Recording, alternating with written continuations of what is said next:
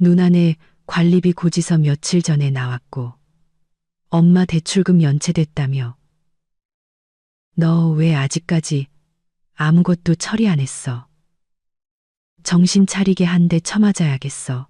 백수 남편이 소리치며 저에게 달려들었습니다. 하지만 이 다음에 벌어질 일은 꿈에도 상상하지 못했을 겁니다. 시작하기 전에 좋아요를 누르고 채널을 구독해 주세요. 감사합니다. 편안하게 들어주세요. 이 이야기는 하루아침에 시작되지 않았습니다. 이런 종류의 이야기는 결코 갑자기 시작되지 않죠. 피부 아래의 종기처럼 몇 달, 몇 년에 걸쳐 내가 갑니다. 처음에는 눈치채지 못하고 그 다음엔 참고 그러다 익숙해지고 마침내 터져버립니다. 그때가 되면 아무 일도 없었던 척하기엔 너무 늦어버리죠. 혜진 씨가 남편에게 처음으로 싫어라고 말했을 때 그녀의 나이는 38이었습니다. 하지만 그 순간이 오기까지 아주 오랜 시간이 걸렸습니다. 정말 아주 많이요. 모든 것은 7월에 시작되었습니다. 남편 지훈 씨가 평소보다 일찍 집에 돌아온 날이었죠. 혜진 씨는 막 저녁 식사를 준비하던 참이었습니다. 그가 가장 좋아하는 감자뮬레를 곁들인 돈가스였죠. 현관문이 쾅 닫히는 소리. 그가 현관에서 신발을 벗어 던지는 소리는 들렸지만 평소 같은 인사 대신 정적만이 흘렀습니다. 그녀는 앞치마에 손을 닦으며 부엌에서 나왔습니다. 지훈 씨는 복도 의자에 외투도 벗지 않은 채 앉아 허공을 응시하고 있었습니다. 무슨 일이야? 그가 그녀를 쳐다보았습니다. 그의 눈에는 혜진 씨가 전에 본 적 없는 무언가가 있었습니다. 분노도 피로도 아닌 텅 빈 공허함. 잘렸어. 한마디. 짧고 단호한 말이었습니다. 혜진 씨는 다가가 그의 옆에 쭈그려 앉아 손을 잡았습니다. 잘리다니. 회사 사정 괜찮다고 했잖아. 매출도 오르고 있다고. 그랬지. 지훈 씨는 씁쓸하게 웃었습니다. 근데 사장님이 젊은 매니저들이 더 싸게 먹힌다고 생각했나 봐. 대학생들 알바로 잔뜩 뽑고 우리 같은 사람 셋을 잘라버렸어. 그거 불법 아니야. 당신 거기서 7년이나 일했잖아. 경력도 있고 고객 명단도 있는데. 합법이래. 정리해고 형식으로 처리했어. 위로금으로 2달치 월급 주고 끝이야. 혜진 씨는 그 소식을 소화하며 아무 말도 하지 않았습니다. 2달치 월급이면 약 500만 원. 아껴 쓰면 두어 달은 버틸 수 있겠죠. 괜찮아. 다른 일 찾으면 되지. 그녀는 목소리가 자신감 있게 들리도록 애썼습니다. 당신은 실력 좋은 전문가니까 어디든 갈 수 있을 거야. 지훈 씨는 아무 대답 없이 일어나 방으로 들어가 버렸습니다. 그날 저녁 그들은 거의 대화하지 않았습니다. 혜진 씨는 손도 대지 않은 돈가스를 치우고 설거지를 하고 잠자리에 들었습니다. 지훈 씨는 밤늦게까지 컴퓨터 앞에 앉아 있었습니다. 그녀는 마우스 클릭 소리와 어떤 영상의 희미한 소리를 들었습니다. 아직은 걱정하지 않았습니다. 이건 일시적인 일이라고 생각했죠. 곧 정신 차리고 마음을 다잡고 다시 일자리를 찾기 시작할 거라고. 그런 충격을 받은 사람에게 마음 추스를 시간을 주는 건 당연한 일이니까요. 첫 주는 지훈 씨도 정말 무언가를 찾는 듯 했습니다. 혜진 씨는 그의 컴퓨터 화면에서 구인 사이트를 보았고 그가 전화로 근무 조건을 묻고 면접 약속을 잡는 것을 들었습니다. 한 번은 정장을 차려입고 반나절 동안 어딘가 다녀오기도 했습니다. 그는 어두운 표정으로 돌아왔습니다. 잘 안 됐어. 혜진 씨가 조심스럽게 물었습니다. 월급 200만 원을 제안하더라. 당신이 버는 것보다도 적잖아. 이건 모욕이야. 혜진 씨는 200만 원이 아예 없는 것보다는 낫다고. 작은 것부터 시작해서 성장할 수도 있다고. 냉장고가 비었을 때 자존심은 좋은 조언자가 아니라고 말하고 싶었습니다. 하지만 입을 다물었습니다. 그를 압박하고 싶지도 잔소리하는 아내처럼 보이고 싶지도 않았습니다. 그는 이미 예민해져 있었으니까요. 둘째 주, 지훈 씨는 면접을 2번 더 보러 갔습니다. 하나는 무역회사, 다른 하나는 자동차 영업소였습니다. 2번 다 불만 가득한 얼굴로 돌아왔습니다. 무역회사는 근무 시간이 불규칙하고 주말에도 불려 나간다고 했습니다. 자동차 영업소는 기본급이 쥐꼬리만 하고 전부 실적에 달려있다고 했습니다. 게다가 무슨 광대처럼 유니폼까지 입으라고 강요했다고요. 셋째 주, 면접 횟수가 줄었습니다. 지훈 씨는 괜찮은 일자리가 없으니 시장이 활기를 띠는 가을까지 기다려야 한다며 집에 있는 시간이 점점 늘어났습니다. 첫 달이 끝날 무렵 위로금은 바닥났습니다. 혜진 씨는 말없이 모든 생활비를 떠안았습니다. 월세, 식비, 공과금까지요. 그녀의 월급 220만 원으로는 빠듯했지만 불평하지 않았습니다. 일시적인 거야. 그녀는 스스로에게 되뇌었습니다. 이건 일시적인 일이야. 하지만 일시적인 것은 영원한 것이 되기 마련입니다. 9월이 되자 지훈 씨는 일자리 찾기를 완전히 그만두었습니다. 물론 입 밖으로 인정하지는 않았습니다. 형식적으로는 시장을 살피고 괜찮은 제안을 기다리며 이력서를 보내고 있다고 했죠. 하지만 혜진 씨는 이제 컴퓨터가 구인 사이트가 아닌 유튜브에 채용 포털이 아닌 온라인 게임에 켜져 있는 것을 보았습니다. 그녀는 치과에서 행정 업무를 보며 항상 많은 환자, 수많은 전화, 신경 쓸 일들로 지쳐서 퇴근했습니다. 아파트 문을 열면 가장 먼저 냄새가 그녀를 맞았습니다.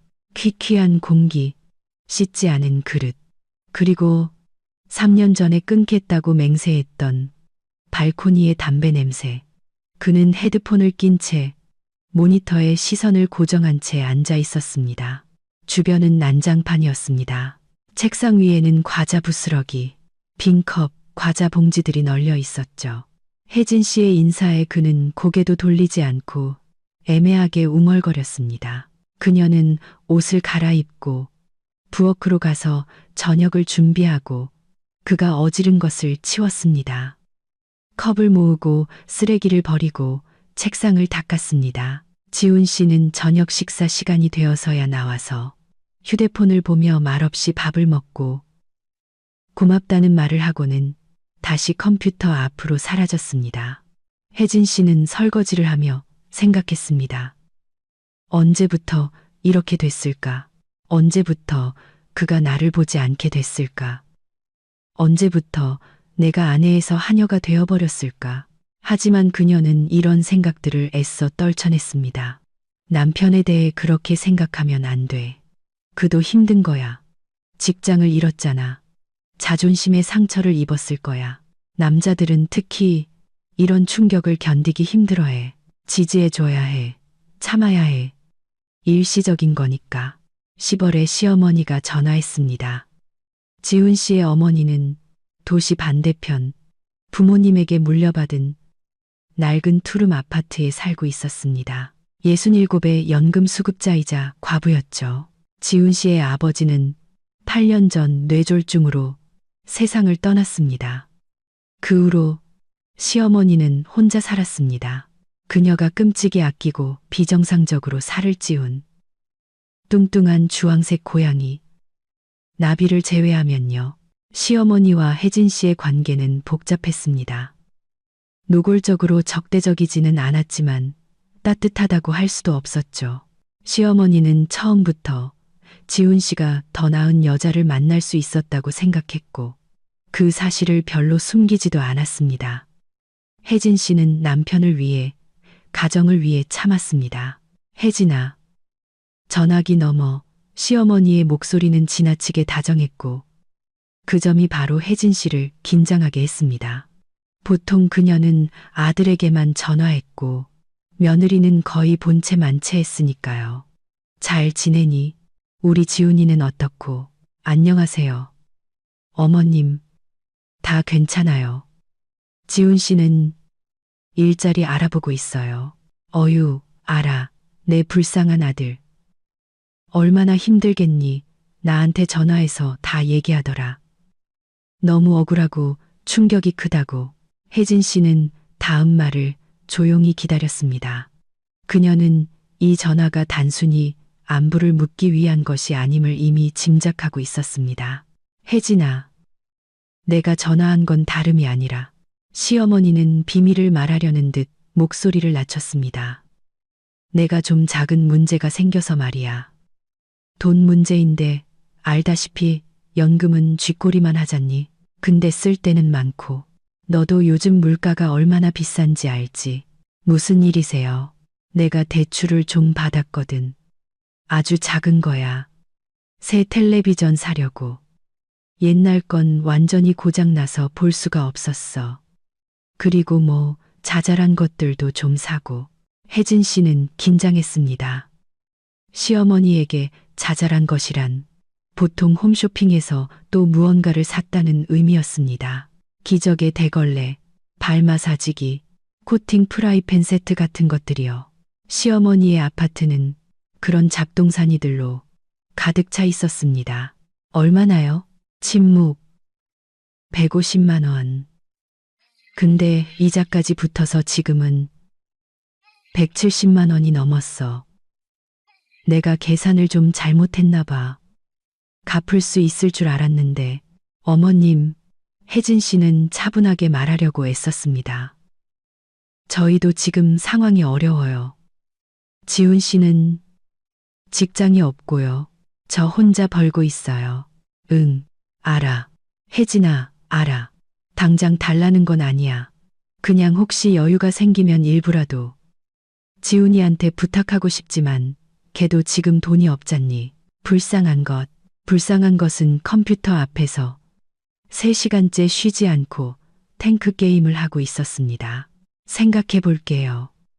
혜진 씨는 건조하게 대답하고 전화를 끊었습니다. 저녁에 그녀는 지훈 씨에게 전화에 대해 이야기했습니다. 그는 얼굴을 찌푸렸습니다. 엄마는 맨날 무슨 일을 그렇게 버리신다니까. 이상한 복권이나 사고, 홈쇼핑 중독이고, 내가 몇 번이나 그런 거 하지 말라고 했는데, 그래서 어떡하지? 도와드려야겠지. 아마도 혼자 계시고 연금도 적으시잖아. 그는 기대하는 눈빛으로 혜진 씨를 바라보았습니다. 당신 비상금 있잖아. 혜진 씨는 온몸이 차가워지는 것을 느꼈습니다. 비상금. 그녀가 몇 년 동안 조금씩 모아온 100만 원. 만일의 사태를 위한, 최악의 경우를 위한 돈. 그녀에게 최소한의 안정감을 주는 돈이었습니다. 지훈 씨, 그건 만약을 위한 돈이야. 내가 아프거나 우리 엄마를 위해서. 엄마도 계속 약값이 필요하단 말이야. 당신 어머니는 연금 괜찮게 받으시잖아. 그가 말을 잘랐습니다. 근데 우리 엄마는 쥐꼬리만 한 돈으로 사시고 대출금 때문에 스트레스 받으시잖아. 압박감 때문에 밤에 잠도 못 주무시고 혈압도 오르락내리락 하신대. 당신 엄마가 비톡촉하는 사람들한테 시달리길 바라는 거야? 하지만 왜 내가? 가족이니까. 지훈 씨는 목소리를 높였습니다. 아니면 우리 엄마가 남이라는 거야? 혜진 씨는 침묵했습니다. 말이 목구멍에 걸렸습니다. 그녀는 가족이란 서로 돕는 것이지 한 사람이 모두를 짊어지는 것이 아니라고 말하고 싶었습니다. 지난 12년 동안 시어머니에게서 따뜻한 말 한마디 들어본 적이 없다고. 바로 한 달 전 시어머니 생신 때 모든 손님 앞에서 손주는 결국 못 보게 생겼네. 다른 여자들은 일하면서 애도 잘 만났던데 라고 말했던 것을 떠올렸습니다. 하지만 그녀는 침묵했습니다.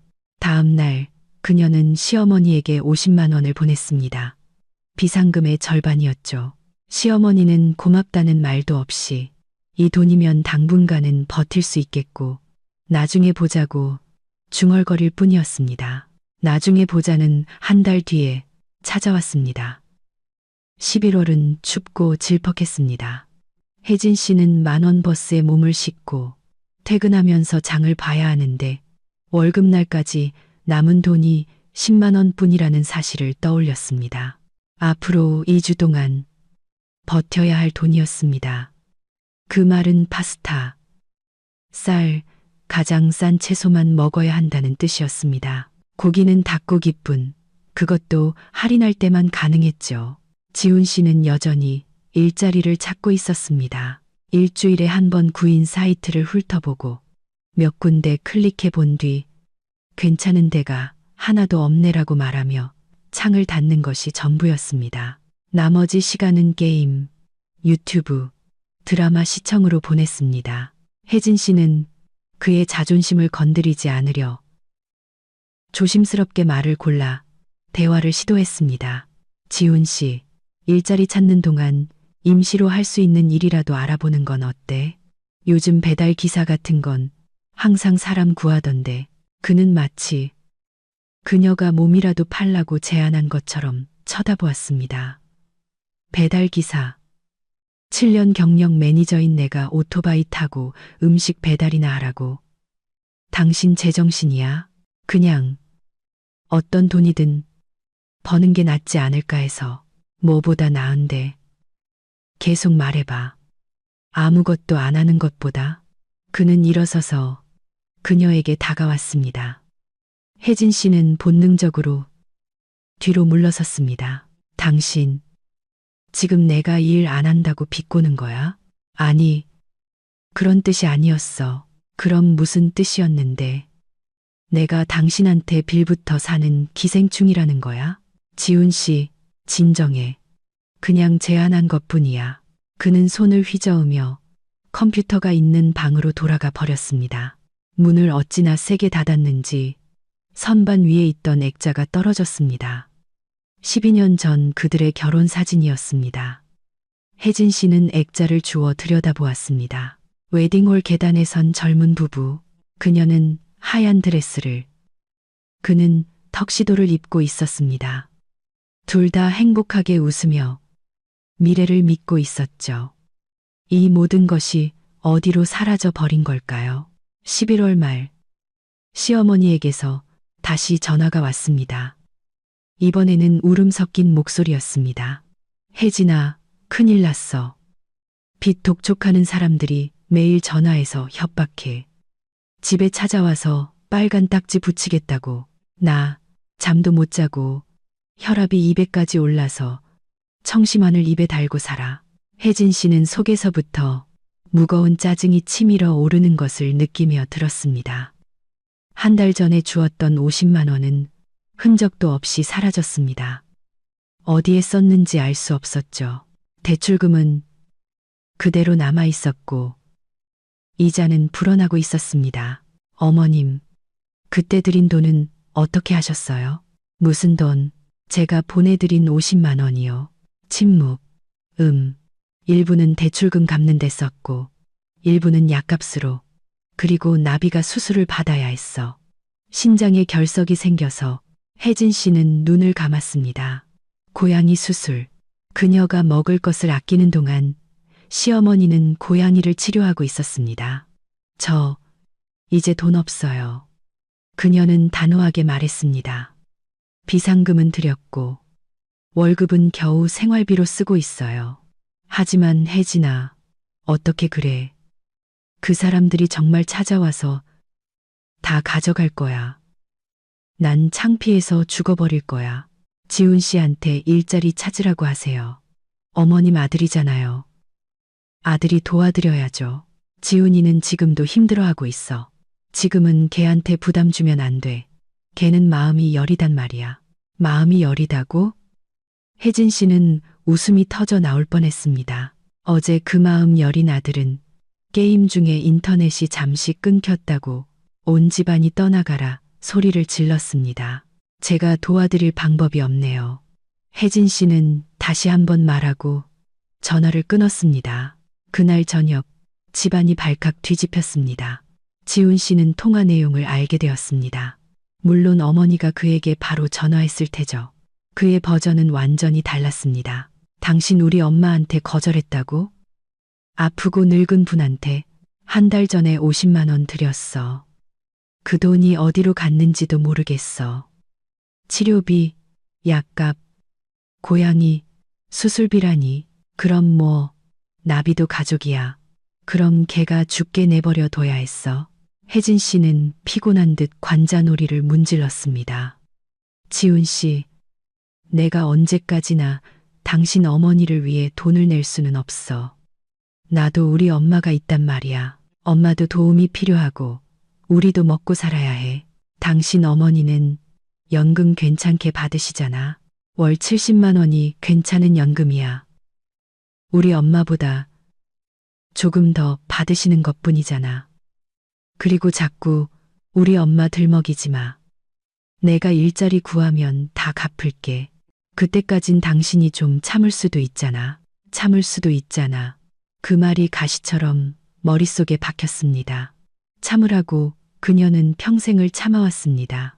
시어머니의 무례함을, 남편의 무관심을, 피로와 돈 부족, 그리고 자신의 가정에서의 외로움을, 그리고 그 대가로 무엇을 얻었을까요? 12월은 새로운 놀라움을 안겨주었습니다. 혜진 씨가 퇴근해 보니 부엌 식탁에 고지서 한 장이 놓여 있었습니다. 낯선 주소, 낯선 숫자. 그녀는 종이를 집어들어 훑어보았습니다. 공과금 고지서였습니다. 주소는 시어머니의 아파트. 금액은 15만 2천 원. 지훈 씨, 이게 뭐야? 그가 방에서 나와 쳐다보았습니다. 아, 엄마가 보내셨어. 공과금 낼 돈이 부족하다고 하시네. 그래서, 출근길에 내주거나 앱으로 내줘. 당신이 일하니까 더 편하잖아. 혜진 씨는 고지서를 내려놓고 심호흡을 하려고 애썼습니다. 지훈 씨, 나 15만 원이나 여유 없어. 내 월급은 우리 집 월세랑 식비랑 당신 담뱃값으로 다 나가. 담배 좀 끊으라고 했지. 한 갑에 4,500원이야. 하루에 한 갑씩 피우면 한 달에 13만 5천 원이야. 그 돈이면 과일이라도 사 먹었겠어. 또 그 소리야. 지훈 씨는 짜증스럽게 고개를 저었습니다. 못 내겠으면 내지 마. 엄마가 당신한테 친구하자고 조르지는 않을 테니까. 그는 고지서를 든 혜진 씨를 남겨두고 다시 컴퓨터 앞으로 가버렸습니다. 그녀는 부엌 한가운데 서서 생각했습니다. 15만 원, 월급날까지 2주 남았다. 통장에는 18만 원이 있었다. 시어머니 것까지 내주면 식비로 3만 원이 남는다. 그건 쌀과 빵뿐이라는 뜻이었다. 고기도, 채소도, 우유도 없이 만약 내지 않으면 난리가 날 것이다. 시어머니는 울면서 전화할 것이고, 지훈 씨는 그녀가 인색하고 무정하다며, 그녀 때문에 자기 어머니가 죽을 것이라고 소리치며 싸움을 걸 것이다. 혜진 씨는 휴대폰을 꺼내 은행 앱을 열었습니다. 손가락이 화면 위에서 멈췄습니다. 공과금 납부. 금액 15만 2천 원. 확인. 그녀는 그 버튼을 아주 오랫동안 쳐다보다가 앱을 닫았습니다. 싸움은 그날 저녁에 터졌습니다. 시어머니가 지훈 씨에게 전화했고, 그는 눈을 동그랗게 뜨고 부엌으로 달려왔습니다. 당신 안 냈어? 응. 왜? 돈이 없으니까. 거짓말. 당신 통장에 돈 있는 거 봤어. 혜진 씨는 온몸이 차가워졌습니다. 내 통장을 확인해. 그게 뭐 어때서? 우린 가족이잖아. 모든 게 공동의 것이라고. 공동의 것이라고? 그녀는 목소리를 높이지 않았지만 그녀의 어조에 담긴 무언가가 지훈 씨를 침묵하게 만들었습니다. 당신은 8개월 동안 단 한 푼도 벌어오지 않았어. 내가 아파트 월세, 식비, 당신 담뱃값, 당신 오락비, 당신 어머니 대출금, 당신 어머니 공과금을 다 내고 있어. 여기서 공동의 것이 어디 있는데? 나 일자리 찾고 있잖아. 당신은 하루에 6시간씩 탱크 게임을 하고 있어. 지훈 씨의 얼굴이 붉어졌습니다. 그건 휴식이야. 스트레스를 풀어야 한다고. 나 지금 스트레스 받고 있단 말이야. 스트레스. 당신은 따뜻한 집안에 앉아 있잖아. 내가 먹여주고, 입혀주고, 재워주는데 무슨 스트레스. 엄마 용돈 제때 못 받아서. 너. 그는 분노로 숨이 막혔습니다. 완전히 미쳤구나.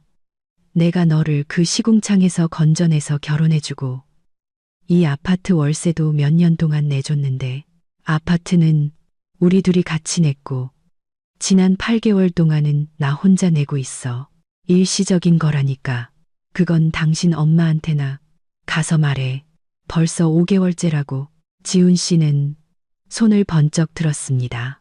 혜진 씨는 움찔하며 냉장고에 등을 기댔지만 그는 때리지 않고 손을 내렸습니다. 이를 갈았죠. 내일 당장 내. 안 그러면 내가 어떻게 할지 몰라. 그는 문을 쾅 닫고 나가버렸습니다. 혜진 씨는 천천히 바닥에 주저앉아 무릎을 가슴에 끌어안았습니다. 심장이 목구멍에서 쿵쾅거렸고 손이 떨렸습니다. 그가 손을 들었다. 12년 만에 처음으로. 앞으로는 어떻게 될까? 밤에 혜진 씨는 잠을 이루지 못했습니다. 침대 가장자리에 누워 지훈 씨의 코 고는 소리를 들으며 생각에 잠겼습니다. 그녀의 어머니는 항상 이렇게 말했습니다. 참아라, 딸아. 남자들은 다 그래. 중요한 건 가정이야. 혼자 남지 않는 게 중요해. 어머니 자신도 알코올 중독자인 아버지와 30년을 참다가 5년 전에 그를 떠나보내고 나서야 비로소 숨을 돌렸습니다. 할머니도 참았습니다. 월급을 술값으로 탕진하고 손찌검을 하던 할아버지를 애들이 있는데 어떻게 떠나겠니라며 할머니는 스카프 아래 멍을 숨기곤 했습니다. 이모도 참았습니다. 남편이 젊은 여자에게 가버리고 나서야 이혼했죠. 그녀 집안의 모든 여자는 참았습니다. 그것이 규범이었고 규칙이었으며 법이었습니다. 하지만 혜진 씨는 문득 생각했습니다. 만약 이게 잘못된 것이라면. 그녀는 고개를 돌려 지훈 씨를 보았습니다. 달빛이 그의 얼굴에 떨어져 퍼진 윤곽, 정수리의 듬성한 머리카락, 반쯤 벌어진 입을 비추었습니다. 41살, 백수, 아내에게 빌붙어 살면서 그녀가 자신에게 빚졌다고 생각하는 남자. 언제 이렇게 되었을까? 언제 사랑하는 남편이 기생충으로 변했을까? 아니면 그는 항상 이랬는데 그녀가 단지 보려 하지 않았던 걸까? 혜진 씨는 눈을 감고 기억을 더듬었습니다. 그들은 13년 전 공동의 친구 생일 파티에서 만났습니다. 그때 지훈 씨는 달랐습니다. 유쾌하고 신사적이며 눈에 활기가 넘쳤죠. 대기업에서 매니저로 일하며 꽤 잘 벌었고 미래에 대한 계획도 있었습니다. 그는 멋지게 구애했습니다. 꽃, 레스토랑, 교회 나들이. 혜진 씨는 25이었습니다. 이전의 연애는 막 끝난 참이었죠. 3년 사귄 남자친구가 갑자기 다른 도시로 떠나는데 그녀를 데려갈 계획이 없다고 통보했습니다. 그녀는 버려지고 쓸모없고 망가진 기분이었습니다. 그때 지훈 씨가 나타났습니다. 강하고 자신감 넘치고 믿음직스러운. 그는 구원처럼 보였습니다. 1년 후 그들은 결혼했습니다. 혜진 씨는 그의 월세 아파트로 이사했고 치과에서 일자리를 구했습니다. 이전에는 판매원으로 일했지만 지훈 씨는 그녀에게 안정적인 월급과 근무 시간이 있는 제대로 된 직업이 필요하다고 말했습니다. 그녀는 그의 말을 듣고 행정관리 과정을 수료하고 자격증을 땄습니다. 첫 몇 년은 좋았습니다. 함께 휴가를 가고 영화를 보고 친구들을 만나고 계획을 세웠습니다. 언젠가 내 집 마련을 하고 아이를 낳고 어쩌면 더 큰 도시로 이사 갈 수도 있겠다고. 그러다 무언가 변했습니다. 혜진 씨는 정확한 날짜나 전환점을 짚을 수 없었습니다. 그것은 마치 녹이쇠를 갉아먹듯 점진적이고 눈에 띄지 않게 일어났습니다. 처음에는 지훈 씨가 친구들과 덜 어울리기 시작했습니다. 그 다음엔 휴가를 가지 않게 되었습니다. 비싸다, 시간이 없다, 내년에 가자. 그 다음엔 잔소리가 시작되었습니다. 왜 국이 차갑냐? 왜 셔츠가 안 다려져 있냐? 왜 쓸데없는데 돈을 쓰냐? 혜진 씨는 그것을 피로, 스트레스, 중년의 위기 탓으로 돌렸습니다. 그녀는 맞춰주고 모난 부분을 다듬고 갈등을 피했습니다. 그래야만 하니까요. 그렇죠. 아내는 안락함을 만들고 남편을 지지하며 집안의 싸움을 밖으로 내보내지 말아야 하니까요. 그들에게 아이는 생기지 않았습니다. 의사들은 둘 다에게 원인이 있다고 말했습니다. 그녀에게도 문제가 있고 그의 수치도 이상적이지 않다고. 시험관 아기를 시도할 수 있었지만 비싸고 오래 걸리고 보장도 없었습니다. 지훈 씨는 손을 내저었습니다. 운명이 아닌가 보지. 혜진 씨는 울고 나서 체념했습니다. 이제 와서 돌이켜보면 그녀는 아이가 없었던 것이 의학적인 문제 때문이 아니었음을 깨달았습니다. 그냥 지훈 씨가 원하지 않았던 것입니다. 그에게는 지금이 편했습니다. 일하고 요리하고 청소하면서도 아이와 나눠야 할 관심을 요구하지 않는 아내가 있으니까요. 아침은 잿빛이고 쌀쌀했습니다. 그의 12월은 눈 없이 지나갔습니다. 비와 진흙, 더러운 하늘뿐이었죠. 혜진 씨는 평소처럼 아침을 준비했습니다. 지훈 씨는 뚱한 얼굴로 식탁에 나와 말없이 계란 프라이를 먹었습니다. 출근하기 전에 혜진 씨는 식탁에 고지서를 놓았습니다. 나 이거 안 낼 거야. 지훈 씨가 그녀를 쳐다보았습니다. 뭐라고? 당신 어머니 공과금 안 낼 거라고. 너 미쳤어? 아니, 계산해 봤어. 지난 5개월 동안 내가 당신 가족에게 쓴 돈이 200만 원이 넘어 내 한 달 월급보다 많아. 그런데도 당신은 일도 안 하고 일자리 찾지도 않으면서 내가 당신에게 빚졌다고 생각하고 있어. 지훈 씨는 입을 열었다가 닫았습니다. 그의 눈에 당혹감 같은 것이 스쳐 지나갔습니다. 어디서 그런 계산이 나와? 내가 기록해뒀어. 혜진 씨는 가방에서 수첩을 꺼냈습니다. 자, 8월 식비랑 생활용품으로 80만 원. 9월도 마찬가지. 10월 당신 어머니 대출금으로 50만 원. 11월에 약값으로 또 20만 원. 11월 이 고지서. 게다가 내가 아파트 월세, 식비, 공과금, 교통비까지 다 내고 있어. 그녀는 페이지를 넘겼습니다. 결론적으로 5개월 동안 당신이 집에 가져온 돈은 0원. 나는 약 1100만 원. 지훈 씨의 얼굴이 검붉어졌습니다. 너 지금 뭐 하자는 거야? 누가 얼마나 썼는지 계산이라도 시작한 거야? 응. 왜냐면 당신은 돈이 하늘에서 뚝 떨어지는 줄 아는 것 같아서. 나 일자리 찾고 있다고. 당신은 탱크 게임이나 하고 있잖아. 어제는 5시간 40분. 그저께는 6시간. 나를 감시하기까지 하는 거야. 감시가 아니야. 당신 컴퓨터에 있는 스크린 타임 통계야. 누구나 볼 수 있게 되어 있어. 지훈 씨는 의자를 박차고 일어섰습니다. 내 수첩이랑 계산은 집어치워. 내가 무슨 거지인 줄 알아? 나는 당신이 8개월 동안 일도 안 하면서 아내가 자기 어머니를 부양하라고 요구하는 어른 남자라고 생각해. 그건 잘못된 거야. 잘못됐다고? 그는 비웃었습니다. 그럼 뭐가 옳은 건데? 엄마를 버리라고? 당신이 네일아트 받을 돈 모으는 동안 엄마가 굶어 죽게 내버려 두라고? 나 3년 동안 네일아트 한 번도 안 했어. 지훈 씨는 말을 멈추고 그녀의 손을 보았습니다. 짧은 손톱, 건조한 피부, 집안일로 생긴 작은 흠집들. 그건 내 잘못이야. 나한테 말했으면 내가 돈을 줬을 거라고. 무슨 돈으로? 지훈 씨, 그는 침묵했습니다. 나 출근 늦었어. 혜진 씨는 가방을 들며 말했습니다. 그녀는 뒤도 돌아보지 않고 나갔습니다. 직장에서의 하루는 안개 속 같았습니다. 혜진 씨는 기계적으로 환자를 등록하고 전화를 받고 차트를 작성했습니다.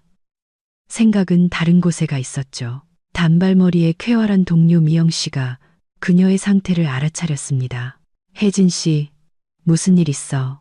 얼굴이 안 좋아 보여. 아니야, 그냥 잠을 좀 설쳐서.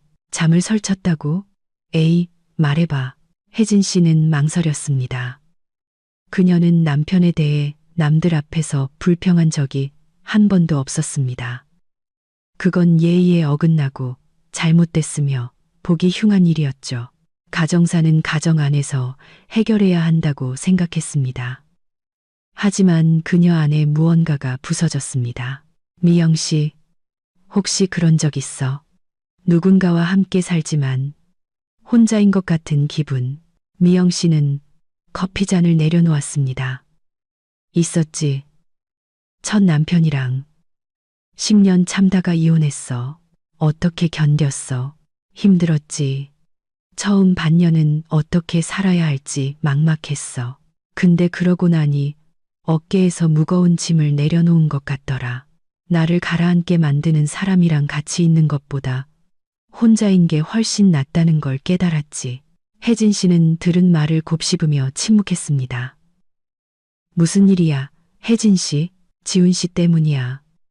8개월째 일도 안 하고, 찾으려고도 안 하고, 집에서 게임만 해. 나는 우리 둘이랑 시어머니까지 다 책임지고 있어. 그는 뭐라고 하는데? 일시적인 거라고. 내가 참아야 한다고. 내 의무라고. 미영 씨는 휘파람을 불었습니다. 전형적이네. 내 전 남편도 그랬어. 근데 걔는 술까지 마셨지.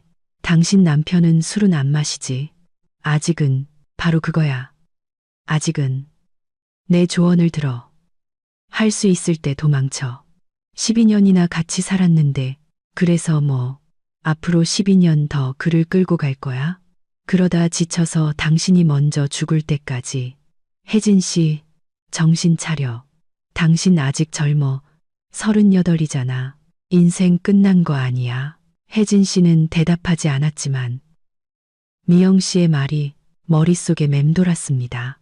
저녁에 집으로 돌아오는 길에 그녀는 슈퍼마켓에 들러 꼭 필요한 것들만 샀습니다. 빵, 우유, 계란, 파스타 한 봉지. 계산대에서 금액을 확인했습니다. 9,800원.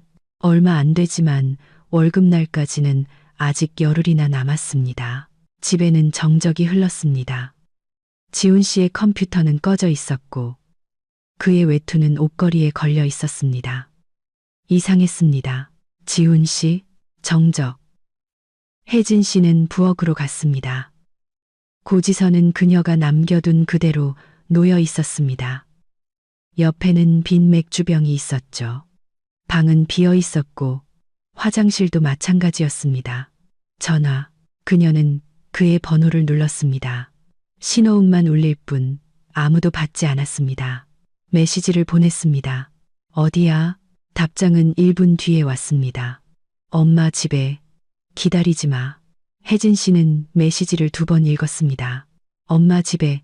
기다리지 마. 그 말에는 마치 판결문의 마침표처럼 최종적인 무언가가 있었습니다. 그녀는 휴대폰을 내려놓고 사온 식료품을 정리하고 저녁으로 계란 프라이와 빵을 준비했습니다. 혼자 식탁에 앉아 정적 속에서 식사를 하다가 문득 기분이 좋다는 것을 깨달았습니다. 조용하고 평화롭고 아무도 불평하지 않고 아무도 요구하지 않고 그 느낌은 이상하고 거의 무섭기까지 했습니다. 마치 평생 무거운 배낭을 메고 다니다가 이제야 어깨에서 내려놓은 것 같았습니다. 지훈 씨는 다음 날 저녁에 돌아왔습니다. 화가 나고 잠을 설친 듯 했으며 술 냄새를 풍겼습니다. 냈어? 아니, 왜? 돈 없으니까. 거짓말. 당신 통장에 돈 있잖아. 월급날까지 먹고 살 돈이야. 당신 어머니를 위한 돈이 아니라. 그는 그녀에게 다가가 어깨를 세게 잡았습니다. 아팠습니다. 내 말 잘 들어. 내일 당장 그 고지서내. 알았어? 혜진 씨는 그의 눈을 똑바로 쳐다보았습니다. 그 안에는 아무것도 없었습니다. 사랑도 존중도 없이 오직 분노와 그녀가 늘 그랬듯 꺾이기를 바라는 기대뿐이었습니다. 하지만 그녀는 꺾이지 않았습니다. 싫어. 그는 마치 그녀에게 맞은 것처럼 움찔했습니다. 뭐라고? 싫어. 안 낼 거야. 내일도, 모레도, 앞으로도 절대. 너 지금 계속 말해봐. 그는 주먹을 꽉 쥔 채 침묵했습니다. 이마에 땀이 맺혔습니다. 후회하게 될 거야. 그가 마침내 속삭였습니다. 반드시 후회하게 만들어줄 테니까. 그는 문을 쾅 닫고 방으로 들어갔습니다. 잠시 후 그 방에서 개임 소리가 들려왔습니다. 총성, 폭발음, 비명. 혜진 씨는 부엌 한가운데 그대로 서 있었습니다. 그가 꽉 잡았던 어깨가 아팠습니다. 그녀는 휴대폰을 꺼내 피부에 남은 붉은 자국을 사진으로 찍었습니다. 그리고 메모 앱을 열어 쓰기 시작했습니다. 날짜, 지훈 씨가 어깨를 잡고 위협함, 자국, 남음, 사진 있음. 이것은 이혼이나 소송을 위한 계획이 아니었습니다. 그저 만일의 경우를 위한 기록이었습니다. 그녀가 느끼기에 곧 닥쳐올 그 경우를 위해서요. 새해는 각자 맞이했습니다. 지훈 씨는 명절에 어머니를 혼자 둘 수 없다며 시댁으로 갔습니다. 혜진 씨는 반대하지 않았습니다. 그녀는 12월 31일을 친정엄마와 함께 보냈습니다. 변두리의 작은 아파트, 소박한 식탁, 연말 특집 방송이 나오는 낡은 텔레비전. 엄마는 딸의 기분이 좋지 않다는 것을 알아차렸습니다. 혜진아, 무슨 일 있니? 아니에요, 엄마. 그냥 피곤해서. 지훈이는 어디 갔고? 시어머니 댁에요. 또 작년에도 거기 있었잖아. 재작년에도요. 혜진 씨는 침묵했습니다. 엄마 말이 맞았습니다. 지난 3년 동안 지훈 씨는 시어머니와 혜진 씨는 친정 엄마와 새해를 맞았습니다. 마치 가족이 아니라 집을 공유하는 두 명의 낯선 사람처럼요. 딸아. 엄마가 그녀의 손을 잡았습니다. 나한테 털어놓으면 좀 나아질지도 몰라. 혜진 씨는 엄마를 보았습니다. 희끗한 머리카락, 눈가의 주름, 거친 손. 엄마는 평생 간호사로 일했습니다. 아버지가 완전히 알코올에 빠진 후 혼자 딸을 키웠죠. 엄마, 아빠랑 그렇게 오래 참았던 거 후회해요. 엄마는 움찔했습니다. 그들은 아주 오랫동안 이 주제를 건드리지 않았습니다. 후회해. 엄마는 조용히 말했습니다. 내 젊음을 낭비했고 건강을 망쳤지. 뭘 위해서? 가정을 지키기 위해서. 근데 지킬 게 뭐가 있었겠니? 그녀는 창밖을 보며 말을 멈췄습니다. 그래서 내가 너한테 가르쳤던 거야. 참아라. 집안 싸움 밖으로 내보내지 마라. 내가 그렇게 고생했으니 그게 당연하고 그렇게 해야 한다고 생각했지. 그러다 깨달았어. 내가 너를 똑같은 삶으로 내몰고 있었다는 걸. 엄마는 그녀를 돌아보았습니다. 눈에 눈물이 글썽였습니다. 만약 그가 너를 사랑하지 않고 소중히 여기지 않는다면 떠나. 할 수 있을 때 내 실수를 반복하지 마. 자정을 알리는 종소리가 울렸습니다. 창밖에서 폭죽이 터졌습니다. 하늘이 불꽃으로 물들었습니다. 1월은 기묘한 긴장감 속에서 흘러갔습니다. 지훈 씨는 혜진 씨와 거의 대화하지 않았습니다. 꼭 필요한 말만 했죠. 그녀도 대화를 시도하지 않았습니다. 그들은 한 아파트에서 이웃처럼 살았습니다. 아침 식사는 각자 다른 시간에, 저녁 식사는 따로, 잠은 침대 양 끝에서 잤습니다. 그는 여전히 일자리를 찾지 않았습니다. 혜진 씨는 더 이상 묻지 않았습니다. 무슨 의미가 있겠어요. 1월 중순, 지훈 씨의 누나 지혜 씨에게서 전화가 왔습니다. 혜진 씨는 놀랐습니다. 결혼 12년 동안 지혜 씨가 그녀에게 전화한 것은 서너 번에 불과했습니다. 보통 그들은 가족 모임에서 고개만 까딱하며 인사하는 사이였죠. 새언니, 안녕하세요. 저 지혜예요. 안녕하세요. 아가씨. 다름이 아니라요. 엄마가 전해달라고 하시는데 관리비가 2달치나 밀려서 28만 원이 넘었대요. 혹시 내주실 수 있을까요? 아니요. 침묵. 네? 아니요. 못 내드려요. 어머님 관리비 낼 돈이 없어요. 그래도 전에는 도와주셨잖아요. 전에는 도왔지만 이제는 못해요. 새언니. 그래도 엄마잖아요. 연세도 많으시고 아프시다고요. 아가씨도 직장 있으시죠? 지훈 씨는 없지만 찾을 수는 있고요. 왜 아가씨 어머니를 제가 책임져야 한다고 생각하세요? 그래도 가족이잖아요. 어떤 가족이요? 저는 8개월 동안 아가씨 어머니한테서 좋은 말 한마디 못 들었어요. 요구만 들었죠. 가족이 어디 있는데요? 지혜 씨는 침묵했습니다. 알아서들 하세요. 혜진 씨는 말하고 전화를 끊었습니다. 저녁에는 또 한바탕 난리가 났습니다. 지훈 씨는 그녀가 누나 앞에서 자신을 망신시켰다며 이제 온 가족이 그녀를 욕심 많고 못된 여자로 볼 것이라며 자신이 누구와 결혼했는지 모르겠다고 소리쳤습니다. 혜진 씨는 말없이 듣고 있었습니다. 어느 순간 그의 말이 더 이상 상처가 되지 않는다는 것을 깨달았습니다. 마치 그녀와 그의 비명 사이에 유리벽이 생긴 것 같았습니다. 그는 유리벽 너머에서 날뛰고 있었고 그녀는 마치 재미없는 드라마를 보듯 무심하게 바라보았습니다. 그가 지쳐서 멈췄을 때 그녀가 말했습니다. 끝났어. 소리 지르는 거 끝났냐고. 지훈 씨는 분노로 숨이 막혔습니다. 너 진짜 돌았구나. 나 자러 갈게. 내일 일찍 일어나야 해서. 그녀는 침실로 들어가 문을 닫고 침대에 누워 이불을 덮었습니다. 그리고 아주 오랜만에 울지 않았습니다. 2월은 예상치 못한 전환점을 가져왔습니다. 혜진 씨가 퇴근하던 중 엄마에게서 전화가 왔습니다. 목소리가 이상하고 불안해 보였습니다. 혜진아, 너 언제 집에 오니? 한 20분 뒤에요. 무슨 일 있어요? 어떤 남자가 너를 찾아왔었어. 혜진 씨는 길가에 멈춰 섰습니다. 어떤 남자요? 박 팀장이라고 하던데. 은행에서 왔다고 하더라. 명함 남겨놓고 갔어. 전화해 보라고. 엄마, 나 대출 받은 거 없어요. 알아, 딸아. 근데 심각한 일이라고 하더라. 보증 문제라고. 혜진 씨의 심장이 철렁 내려앉았습니다. 보증. 3년 전 지훈 씨는 그녀에게 서류에 서명해달라고 설득했습니다. 그의 친구 상철 씨가 카센터를 여는데 대출 보증인이 필요하다고요. 지훈 씨는 이거 그냥 형식적인 거야. 상철이는 믿을 만한 놈이야. 다 갚을 거야 라고 장담했습니다.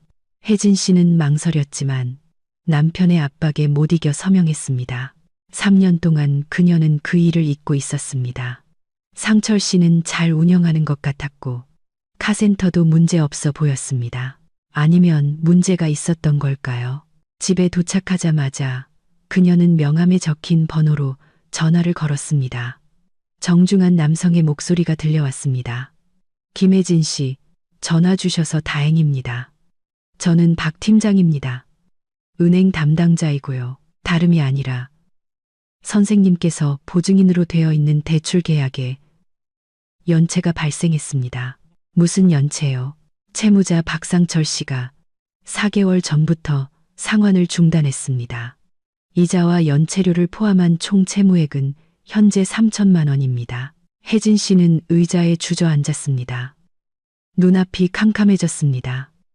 3천만 원. 네. 계약에 따라 보증인은 연대 책임을 집니다. 보증인은 두 분. 선생님과 선생님의 남편분이시죠. 따라서 각자 절반인 1,500만 원에 대한 책임이 있습니다.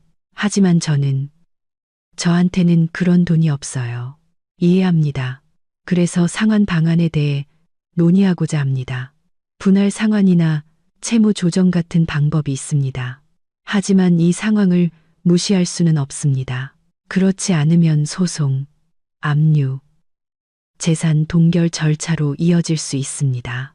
혜진 씨는 전화를 끊고 한참 동안 벽을 응시하며 앉아 있었습니다. 1,500만 원. 그녀의 7개월치 월급, 밥도 먹지 않고 월세도 내지 않고 7개월을 일해야 하는 돈. 그리고 지훈 씨도 보증인이지만 그에게는 직장도 수입도 아무것도 없었습니다. 그 말은 그녀가 다 갚아야 한다는 뜻이었습니다. 저녁에 그녀는 지훈 씨에게 명함을 보여주며 통화 내용을 이야기했습니다. 그의 얼굴이 창백해졌습니다. 상철이가 날 배신했다고. 그런 것 같네. 하지만 우리는 친구였잖아. 20년 지기 친구.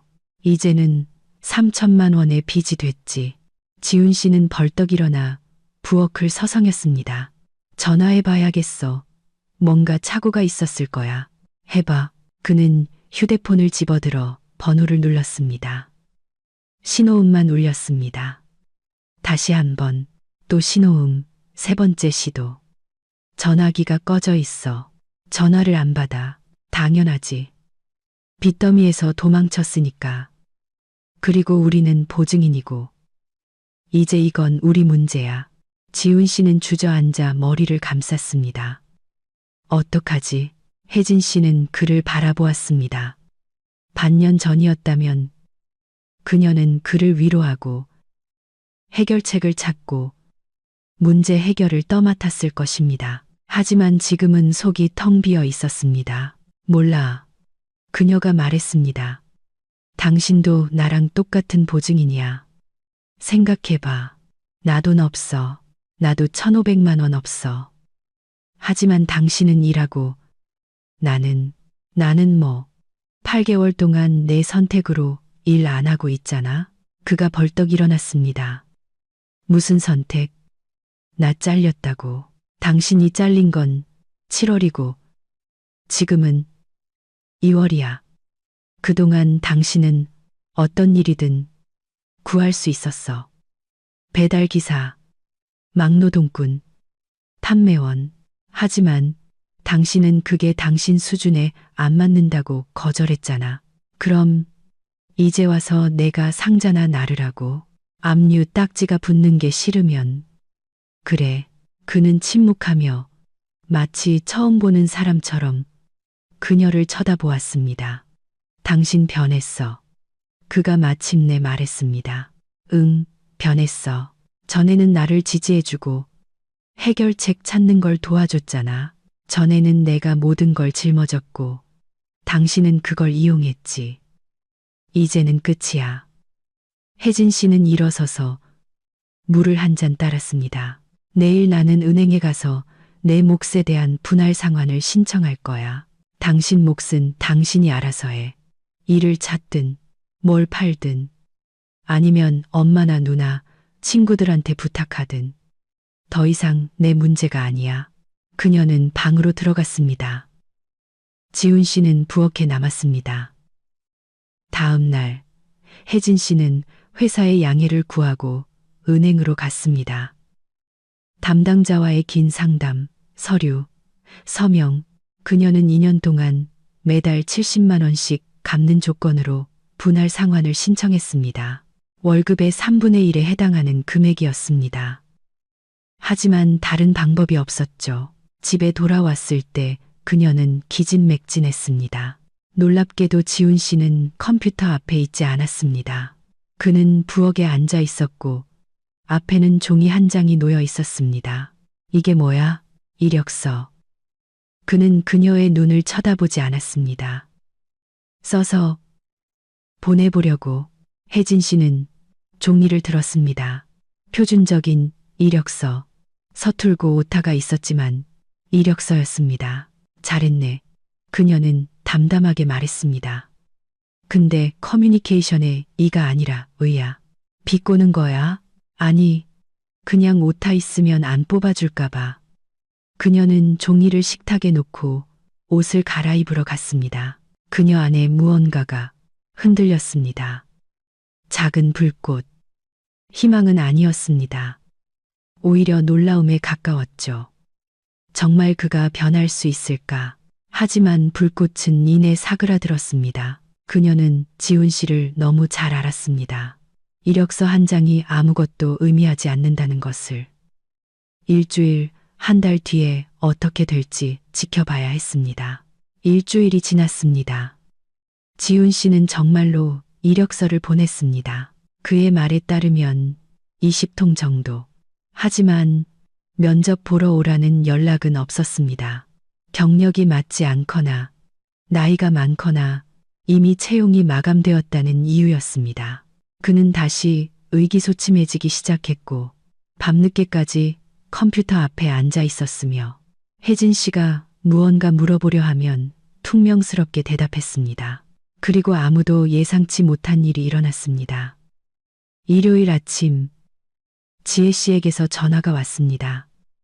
이번에는 뜻밖의 소식이었습니다. 새언니, 엄마가 병원에 입원하셨어요. 무슨 일이세요? 뇌졸중이요. 밤에 구급차 불렀어요. 지금 중환자실에 계세요. 위독하시대요. 혜진 씨는 지훈 씨에게 수화기를 넘겨주고 그의 얼굴이 변하는 것을 지켜보았습니다. 당황, 두려움, 절망, 갈게. 그가 수화기를 내려놓으며 말했습니다. 지금 바로 갈게. 그는 외투를 집어들고 뒤도 돌아보지 않고 문 밖으로 뛰쳐나갔습니다. 혜진 씨는 혼자 남아 창밖을 보았습니다. 지훈 씨는 손을 흔들며 버스 정류장을 향해 달려가고 있었습니다. 시어머니가 중환자실에 뇌졸중으로. 그녀는 동정심, 불안감, 돕고 싶은 마음을 느껴야 했습니다. 하지만 속에는 무거운 무관심뿐이었습니다. 마치 낯선 사람, 뉴스에 나오는 누군가에 대한 이야기를 듣는 것 같았죠. 그 사실이 그녀를 두렵게 했습니다. 혜진 씨는 항상 자신이 친절하고 동정심 많은 사람이라고 생각했지만 수년간의 비난과 요구, 그리고 배은망덕함이 무언가 중요한 것을 태워버린 것 같았습니다. 연민이 있어야 할 자리에 공허함이 자리 잡고 있었습니다. 시어머니는 중환자실에서 3일을 보낸 후 일반 병실로 옮겨졌습니다. 지훈 씨는 매일 병원을 오갔습니다. 지치고 신경질적인 모습으로 돌아왔죠. 간병인이 필요하대. 그가 어느 날 저녁 말했습니다. 하루에 12만 원이야. 혜진 씨는 말없이 그를 쳐다보았습니다. 뭘 봐? 우리 엄마잖아. 며칠이나. 몰라. 의사 말로는 회복하는데 몇 달은 걸릴 거래. 몇 달. 하루에 12만 원. 한 달에 360만 원. 그녀가 3개월 동안 버는 돈보다 많았습니다. 지훈 씨, 나 그런 돈 없어. 그럼 내가 돈을 찍어내리. 당신 누나도 있잖아. 일하잖아. 지혜도 겨우 먹고 살아. 그럼 어머니 아파트를 팔거나 시골 땅을 팔아. 무슨 땅? 그가 벌떡 일어났습니다. 어머님이 당신 주려고 아껴두셨다는 그 땅. 주말 농장으로 쓰는 그 60평짜리 땅 팔면 4, 5천만 원은 받을 수 있을 거야. 그 돈이면 간병인 비용도, 약값도, 재활 비용도 충분할 텐데. 지훈 씨는 멈칫했습니다. 엄마 땅을 팔라고? 나는 당신이랑 지혜 씨가 당신들 어머니 문제를 스스로 해결하길 바라는 거야. 나 없이. 잔인하네. 정당한 거야. 나는 8개월 동안 당신들 모두를, 나를 견디지 못하는 당신 어머니를, 고지서나 보내는 당신 누나를, 일하지 않는 당신을 끌고 왔어. 이제는 끝이야. 그녀는 돌아서서 화장실로 들어갔습니다. 그의 비명을 듣지 않으려 물을 틀었습니다. 30분 뒤 그녀가 나왔을 때 지훈 씨는 집에 없었습니다. 그는 밤늦게 술에 취해 돌아왔습니다. 혜진 씨는 쿵 하는 소리에 잠에서 깼습니다. 그가 현관에서 의자를 넘어뜨린 것이었습니다. 그녀는 그의 무겁고 비틀거리는 발소리를 들었습니다. 그리고 침실 문이 벌컥 열렸습니다. 너, 그가 문턱에 서서 말했습니다. 다 너 때문이야. 혜진 씨는 침대에서 일어나 불을 켰습니다. 지훈 씨는 창백했습니다.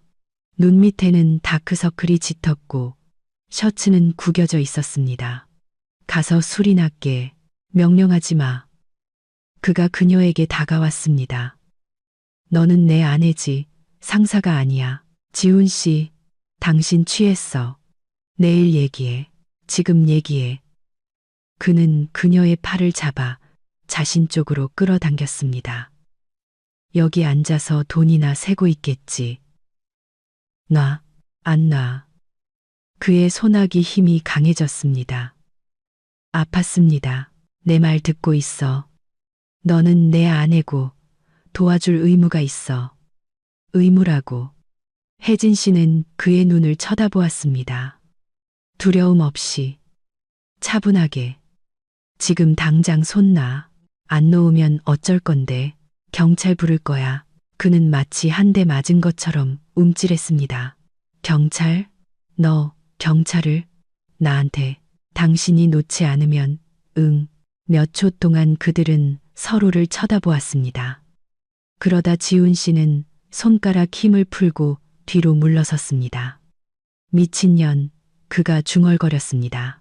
그는 돌아서서 다른 방으로 가버렸습니다. 문이 쾅 닫혔습니다. 혜진 씨는 자신의 손목을 보았습니다. 손가락 자국이 붉게 남아 있었습니다. 내일이면 멍이 들겠지. 그녀는 휴대폰을 들어 사진을 찍고 메모에 기록했습니다.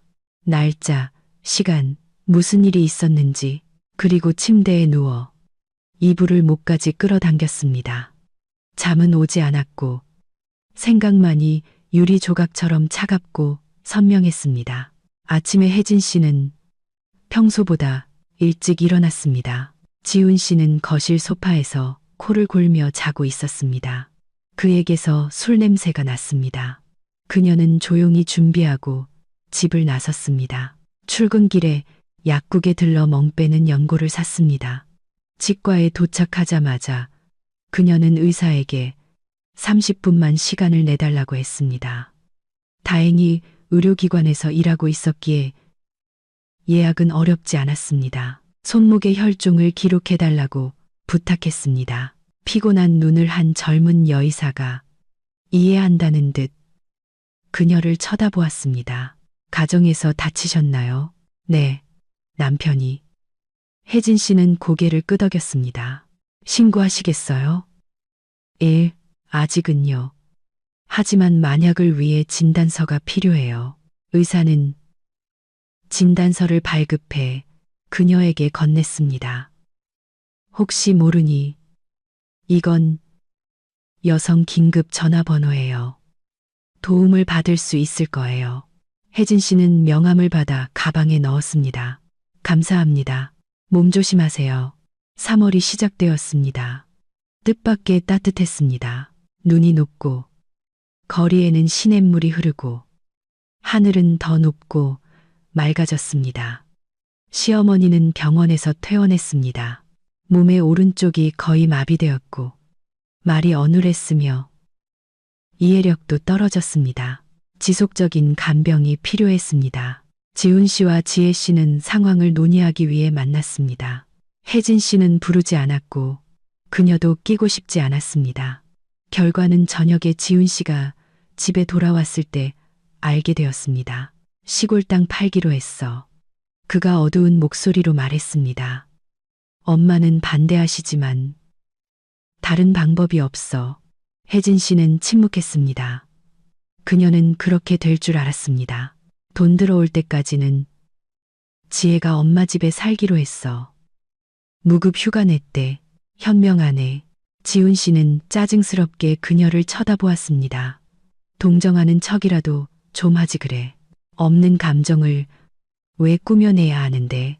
그는 대답하려다 입을 다물었습니다. 컴퓨터 앞으로 가버렸죠. 혜진 씨는 부엌에 남아 차를 한 잔 따르고 창가에 앉았습니다. 창밖은 어두워지고 있었습니다. 가로등이 켜졌습니다. 사람들은 저마다의 문제, 고통, 이야기를 안고 지나갔습니다. 그녀는 생각했습니다. 이제 어떡하지? 은행 빚 1,500만 원, 2년 분할 상환. 지훈 씨는 여전히 백수. 허자 이제는 찾는 척이라도 합니다. 관계는 파탄났고 각방을 쓰고 거의 대화도 하지 않습니다. 이 모든 것을 왜 계속해야 할까? 이혼. 이 단어가 점점 더 자주 머릿속에 떠올랐습니다. 전에는 두려웠습니다. 이혼은 실패, 외로움, 인생이 잘못되었다는 인정이라고 그렇게 배웠습니다. 엄마도, 할머니도, 주변의 모든 여자가 그렇게 생각했습니다. 하지만 지금 혜진 씨는 다르게 생각했습니다. 이혼은 실패가 아니다. 막다른 길에서 벗어나는 출구다. 다시 시작할 기회다. 그녀는 38, 20살은 아니지만 60도 아니다. 앞으로 살 날이 많았고 그 삶을 다르게 살 수 있었습니다. 모든 것은 3월 15일 토요일 하루 만에 변했습니다. 혜진 씨는 친정 엄마 집에서 돌아왔습니다. 주말마다 엄마 집에 가서 집안일을 돕고 식료품과 약을 가져다 주었습니다. 그것은 그녀의 결정이었고 선택이었으며 희생이라고 느끼지 않았습니다. 엄마는 그녀를 진정으로 사랑하는 유일한 사람이었습니다. 집에는 지훈 씨가 부엌에서 휴대폰을 만지작거리고 있었습니다. 혜진 씨가 들어서자 그가 그녀를 쳐다보았고 그녀는 즉시 무언가 잘못되었다는 것을 직감했습니다. 무슨 일이야? 지혜가 메시지 보냈어. 그가 그녀에게 휴대폰을 건넸습니다. 화면에는 메신저 메시지가 있었습니다. 혜진 씨는 읽고 속이 조여오는 것을 느꼈습니다. 두려움이 아닌 예감 때문이었습니다. 그녀는 휴대폰을 돌려주고 지훈 씨의 눈을 똑바로 쳐다보았습니다. 그래서 나한테 원하는 게 뭔데? 도와줘. 싫어. 그의 얼굴이 변했습니다. 그녀는 여러 번 보았던 그 표정. 턱 근육이 긴장하고 손마디가 하얗게 변하고 눈에 어둡고 위험한 불꽃이 타오르는 모습. 전에는 물러섰고 두려워했지만 오늘은 아니었습니다. 오늘은 그녀도 준비가 되어 있었습니다. 앞으로 몇 분 안에 일어날 일은 모든 것을 영원히 바꿔놓을 것이었습니다. 지훈 씨는 의자에서 벌떡 일어났습니다. 의자가 요란한 소리를 내며 넘어졌습니다. 얼굴이 붉어졌고 이마에 땀방울이 맺혔습니다. 목에 핏대가 섰습니다. 눈 안에 관리비 고지서 며칠 전에 나왔고 엄마 대출금 연체됐다며 너 왜 아직까지 아무것도 처리 안 했어? 정신 차리게 한 대 쳐맞아야겠어. 그는 그녀에게 달려들며 손을 휘둘렀습니다. 혜진 씨는 물러서지도 손으로 막지도 울지도 않았습니다. 그녀는 휴대폰을 가슴에 꼭 껴안은 채 그의 눈을 똑바로 쳐다보았습니다. 불쾌하지만 더 이상 위험하지 않은 무언가를 보듯 차분하고 거의 무심하게 녹화 중이야. 그녀는 차분한 목소리로 말했습니다. 벌써 30초 됐어. 신체적 폭력 위협. 계속해봐. 지훈 씨는 주먹을 든 채 멈춰 섰습니다. 그의 손은 마치 보이지 않는 벽에 부딪힌 것처럼 허공에 멈춰 있었습니다. 뭐, 녹화 중이라고 혜진 씨가 반복했습니다. 음성 포함된 영상이야. 당신 방금 나한테 신체적 폭력을 가하겠다고 협박했어. 그거 가정폭력 처벌법 위반, 협박죄에 해당돼. 2년 이하의 징역까지 받을 수 있어. 그녀는 마치 일기예보나 쇼핑 목록을 읽는 것처럼 차분하고 일상적으로 말했습니다. 지훈 씨는 천천히 손을 내렸습니다. 그의 눈에는 두려움이 아닌 당혹감이 스쳐 지나갔습니다. 그는 무슨 일이 일어나고 있는지 이해하지 못했습니다. 눈앞에 이 여자. 누구지? 항상 물러서고 양보하고 두려워하던 그 혜진 씨는 어디로 갔을까? 꺼. 그가 쉰 목소리로 말했습니다. 싫어. 싫어. 휴대폰 끄라고. 싫어. 이건 내 보험이야. 예전에 당신 어머니 드리려고 내게서 뺏어가려 했던 그 100만 원처럼. 단지 이 보험은 당신으로부터 나를 지켜주는 거지. 지훈 씨는 그녀에게 한 걸음 다가왔습니다. 혜진 씨는 꿈쩍도 하지 않았습니다. 한 걸음 더 다가오면 이 녹화 파일은 바로 경찰서로 당신 누나한테, 당신 어머니한테, 그리고 당신 소셜미디어 친구들 모두에게 전송될 거야. 당신이 아내한테 손 찍어마는 걸 모두가 알게 되고 싶어. 그는 멈춰서서 거친 숨을 몰아쉬며 주먹을 쥐었다 폈다 했습니다. 너 지금 허세 부리는 거지. 확인해 보든가. 몇 초 동안 그들은 서로 마주 보고 서 있었습니다. 부엌이 갑자기 아주 작게 느껴졌습니다.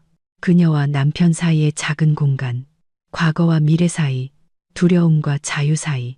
그러다 지훈 씨가 물러섰습니다. 한 걸음, 두 걸음, 세 걸음 뒤로 물러나 냉장고에 등을 기댔습니다. 너 진짜 돌았구나. 그가 중얼거렸습니다. 완전히 정신이 나갔어. 아니, 이제야 정신 차린 거야. 혜진 씨는 휴대폰을 내렸지만 치우지는 않았습니다. 앉아. 할 얘기가 있으니까. 너랑 할 얘기 없어. 있어. 앉아. 그녀의 목소리에 담긴 무언가가 그를 따르게 만들었습니다. 지훈 씨는 넘어진 의자를 일으켜 세우고 앉았습니다. 손이 분노 때문인지 아니면 다른 무언가 때문인지 떨리고 있었습니다. 혜진 씨는 맞은편에 앉아 휴대폰을 화면이 보이도록 식탁 위에 놓았습니다. 이 녹화 파일은 만약을 위해 저장해 둘 거야. 이제 잘 들어. 딱 한 번만 말할 거니까. 지훈 씨는 침묵하며 마치 궁지에 몰린 짐승처럼 그녀를 곁눈질로 쳐다보았습니다. 첫째, 나는 더 이상 단 한 푼도 당신 어머니나 당신 누나에게 주지 않을 거야. 절대로.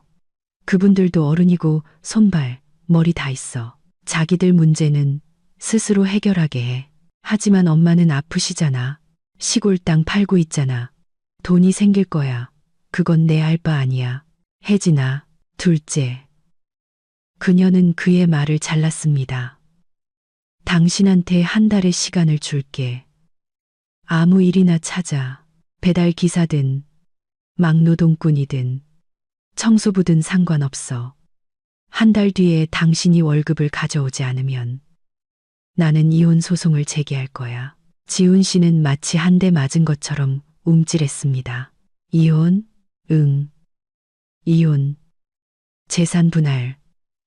소송까지 가게 되면 아파트도 정리해야 할 거고. 무슨 재산? 우리한테 아무것도 없잖아. 우리한테는 차가 있어.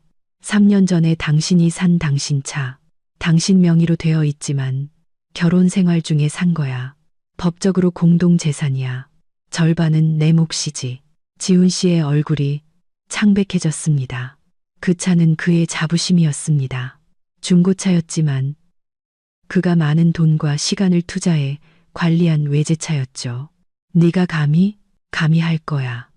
혜진 씨는 한치의 망설임도 없이 그의 눈을 쳐다보았습니다. 나는 12년을 참았어.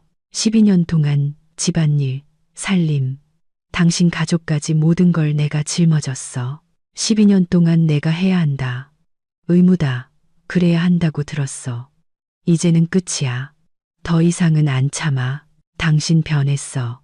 그가 힘없이 말했습니다. 전에는 이런 사람 아니었잖아. 전에는 내가 바보였지. 이제는 아니야. 침묵. 창밖으로 차가 지나가며 천장에 헤드라이트 불빛을 비췄습니다. 멀리서 개 짖는 소리가 들렸습니다. 그리고 셋째. 혜진 씨가 말을 이었습니다. 만약 당신이 다시 한번 나한테 손을 들거나 심지어 들려고만 해도 이 녹화 파일은 경고 없이, 대화 없이 경찰서로 갈 거야. 알았어. 지훈 씨는 침묵했습니다. 알았냐고? 알았어. 그가 이를 악물고 내뱉었습니다. 좋아. 혜진 씨는 일어서서 휴대폰을 들었습니다. 나 자러 갈게. 내일 일해야 하니까. 그녀는 뒤도 돌아보지 않고 부엌을 나갔습니다. 그날 밤 혜진 씨는 잠들지 않았습니다. 어둠 속에서 천장을 바라보며 정적에 귀를 기울였습니다. 지훈 씨는 침실에 오지 않고 거실 소파에 남았습니다. 그녀는 그가 아파트를 서성이는 소리, 냉장고 문 여는 소리, 발코니에서 라이터 켜는 소리를 들었습니다. 손은 여전히 조금 떨렸습니다. 아드레날린이 서서히 가라앉으며 이상한 공허함을 남겼습니다. 두려움도 기쁨도 아닌 그냥 공허함. 마치 오랜 병을 앓고 나서 열은 내렸지만 아직 기운이 없는 상태 같았습니다. 그녀는 해냈습니다. 12년 만에 처음으로 맞섰습니다. 소리치지도 울지도 도망치지도 않고 서서 그의 눈을 똑바로 쳐다보았고 그는 물러섰습니다. 혜진 씨는 옆으로 돌아 누워 무릎을 가슴 쪽으로 당겼습니다. 모든 것이 어떻게 시작되었는지 떠올렸습니다. 직장 동료 미영 씨가 공격적인 남편과 이혼한 다른 동료에 대해 이야기해 주었던 것. 그 여자는 항상 휴대폰을 준비해 두고 모든 사건을 녹화하고 증거를 모아 소송에서 이겼다고 했습니다. 혜진 씨는 그때 반쯤 흘려들으며 그건 자기 얘기가 아니라고 생각했습니다. 지훈 씨는 때리지는 않으니까 가끔 소리 지르고 팔을 잡기는 하지만 그건 폭력이 아니잖아. 그렇지. 그냥 감정 표현일 뿐이야. 하지만 그 후 그녀는 알아차리기 시작했습니다. 그녀가 마음에 안 드는 말을 할 때 그의 주먹이 어떻게 쥐어지는지, 그가 키 차이를 이용해 어떻게 그녀 위로 몸을 숙이는지, 그의 목소리가 어떻게 조용하고 위협적으로 변하는지, 그리고 그것이 고함보다 더 무섭다는 것을 그녀는 기록하기 시작했습니다. 처음에는 그냥 메모의 날짜, 시간, 무슨 일이 있었는지, 그 다음에는 멍든 곳을 사진 찍고 싸움이 날 것 같으면 휴대폰 녹화를 켰습니다. 오늘 그 모든 것이 도움이 되었습니다. 아침은 잿빛이고 쌀쌀했습니다. 그의 3월은 따뜻함을 가져오는데 서둘지 않았습니다. 창밖에는 가는 비가 내리고 있었습니다. 하늘은 구름으로 뒤덮여 있었습니다. 혜진 씨는 평소처럼 6시에 일어나 부엌으로 갔습니다. 지훈 씨는 거실 소파에서 담요를 덮고 자고 있었습니다. 그녀는 그를 깨우지 않았습니다. 아침으로 오트밀과 차를 준비하고 창밖을 보며 말없이 먹었습니다. 생각은 식어가는 죽처럼 느리고 끈적하게 흘렀습니다. 이제 어떡하지? 그녀는 조건을 걸었습니다. 한 달 안에 직장을 구하지 않으면 이혼이라고. 하지만 그녀 자신도 지훈 씨가 변하고 직장을 찾고 다른 사람이 될 것이라고 믿었을까요? 아니요, 믿지 않았습니다. 12년 동안 그녀는 그가 변명을 찾고 책임을 전가하고 상사, 경제, 정부 등 주변 모든 것을 자신의 실패 탓으로 돌리는 것을 지켜보았습니다. 그는 변하지 않을 것입니다. 사람들은 특히 41살에는 좀처럼 변하지 않으니까요. 하지만 이 한 달은 그녀 자신에게 필요했습니다. 준비하고 힘을 모으고 이사해야 할 경우 집을 찾고 앞으로 어떻게 살아야 할지 생각하기 위해서. 혜진 씨는 차를 다 마시고 컵을 씻고 옷을 입고 가방을 들었습니다. 문 앞에서 멈춰 서서 거실 쪽을 보았습니다. 지훈 씨는 여전히 자고 있거나 자는 척하고 있었습니다. 나 출근할게. 그녀는 허공에 대고 말했습니다. 저녁에 얘기해. 대답은 없었습니다. 직장에서의 하루는 끝없이 길게 느껴졌습니다. 혜진 씨는 기계적으로 업무를 처리했지만 생각은 다른 곳에 있었습니다. 미영 씨가 그녀의 상태를 알아차렸습니다. 혜진 씨, 괜찮아? 얼굴이 안 좋아. 괜찮아. 또 잠을 설쳐서. 혜진 씨는 잠시 침묵하다가 결심했습니다. 미영 씨, 잠깐 얘기 좀 할 수 있을까? 그들은 복도 창가로 나갔습니다. 어제 지훈 씨랑 얘기했어. 진지하게. 그래서 어떻게 됐어? 나한테 손을 들려고 했어. 미영 씨가 숨을 들이켰습니다. 근데 때리지는 않았어. 혜진 씨가 재빨리 덧붙였습니다. 내가 녹화를 켰거든. 그랬더니 물러서더라. 녹화? 똑똑하네. 미영 씨가 그녀의 손을 잡았습니다. 잘했어. 내가 말했잖아. 항상 녹화하라고. 남자들은 아무도 안 본다고 생각할 때만 용감해지지. 증거가 있다는 걸 알면 바로 꼬리 내린다고. 내가 조건을 걸었어. 한 달 안에 직장 안 구하면 이혼이라고. 잘했어. 진작에 그랬어야지. 미영 씨, 나 무서워. 이 말은 저절로 튀어나왔습니다.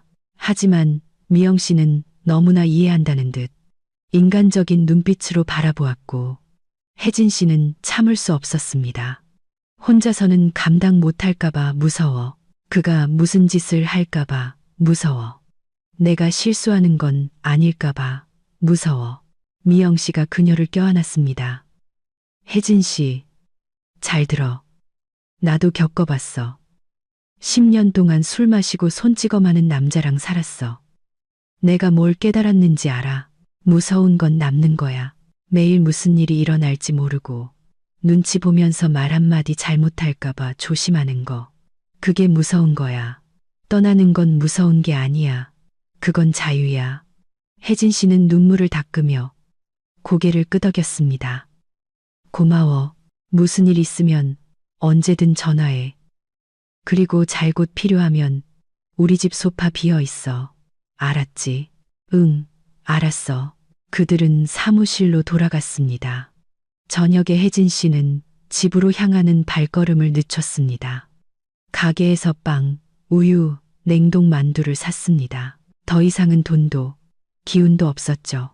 아파트 입구에서 멈춰 서서 자기 집 창문을 올려다보았습니다. 불이 켜져 있었습니다. 지훈 씨가 집에 있다는 뜻이었죠. 그녀는 깊게 숨을 들이쉬고 안으로 들어갔습니다. 아파트는 조용했습니다. 지훈 씨는 평소처럼 컴퓨터 앞이 아닌 그냥 부엌에 앉아 있었습니다. 앞에는 식은 차가 담긴 컵이 놓여 있었죠. 왔어. 혜진 씨가 외투를 벗으며 말했습니다. 그의 목소리는 이상했습니다. 화나지도 공격적이지도 않고 오히려 기를 잃은 듯 했습니다. 밥 먹을래? 생각 없어. 혜진 씨는 어깨를 으쓱하고 만두를 꺼내 냄비에 물을 올렸습니다. 물 끓는 소리만 들리는 정적. 생각해봤어. 지훈 씨가 갑자기 말했습니다. 혜진 씨가 돌아보았습니다. 무슨 생각? 모든 거. 하루 종일 생각했어. 아침부터 저녁까지. 그래서 뭘 생각했는데? 길고 끈적한 침묵. 내 말이 맞아. 그가 마침내 말했습니다. 모든 게 다 내 말이 맞아. 혜진 씨는 얼어붙었습니다. 이건 예상 밖이었습니다.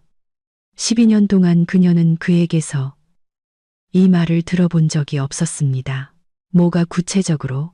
모든 거. 그가 고개를 들어 그녀를 보았습니다. 눈에는 분노 대신 피로만 가득했습니다. 내가 8개월 동안 네 등에 업혀 살았어.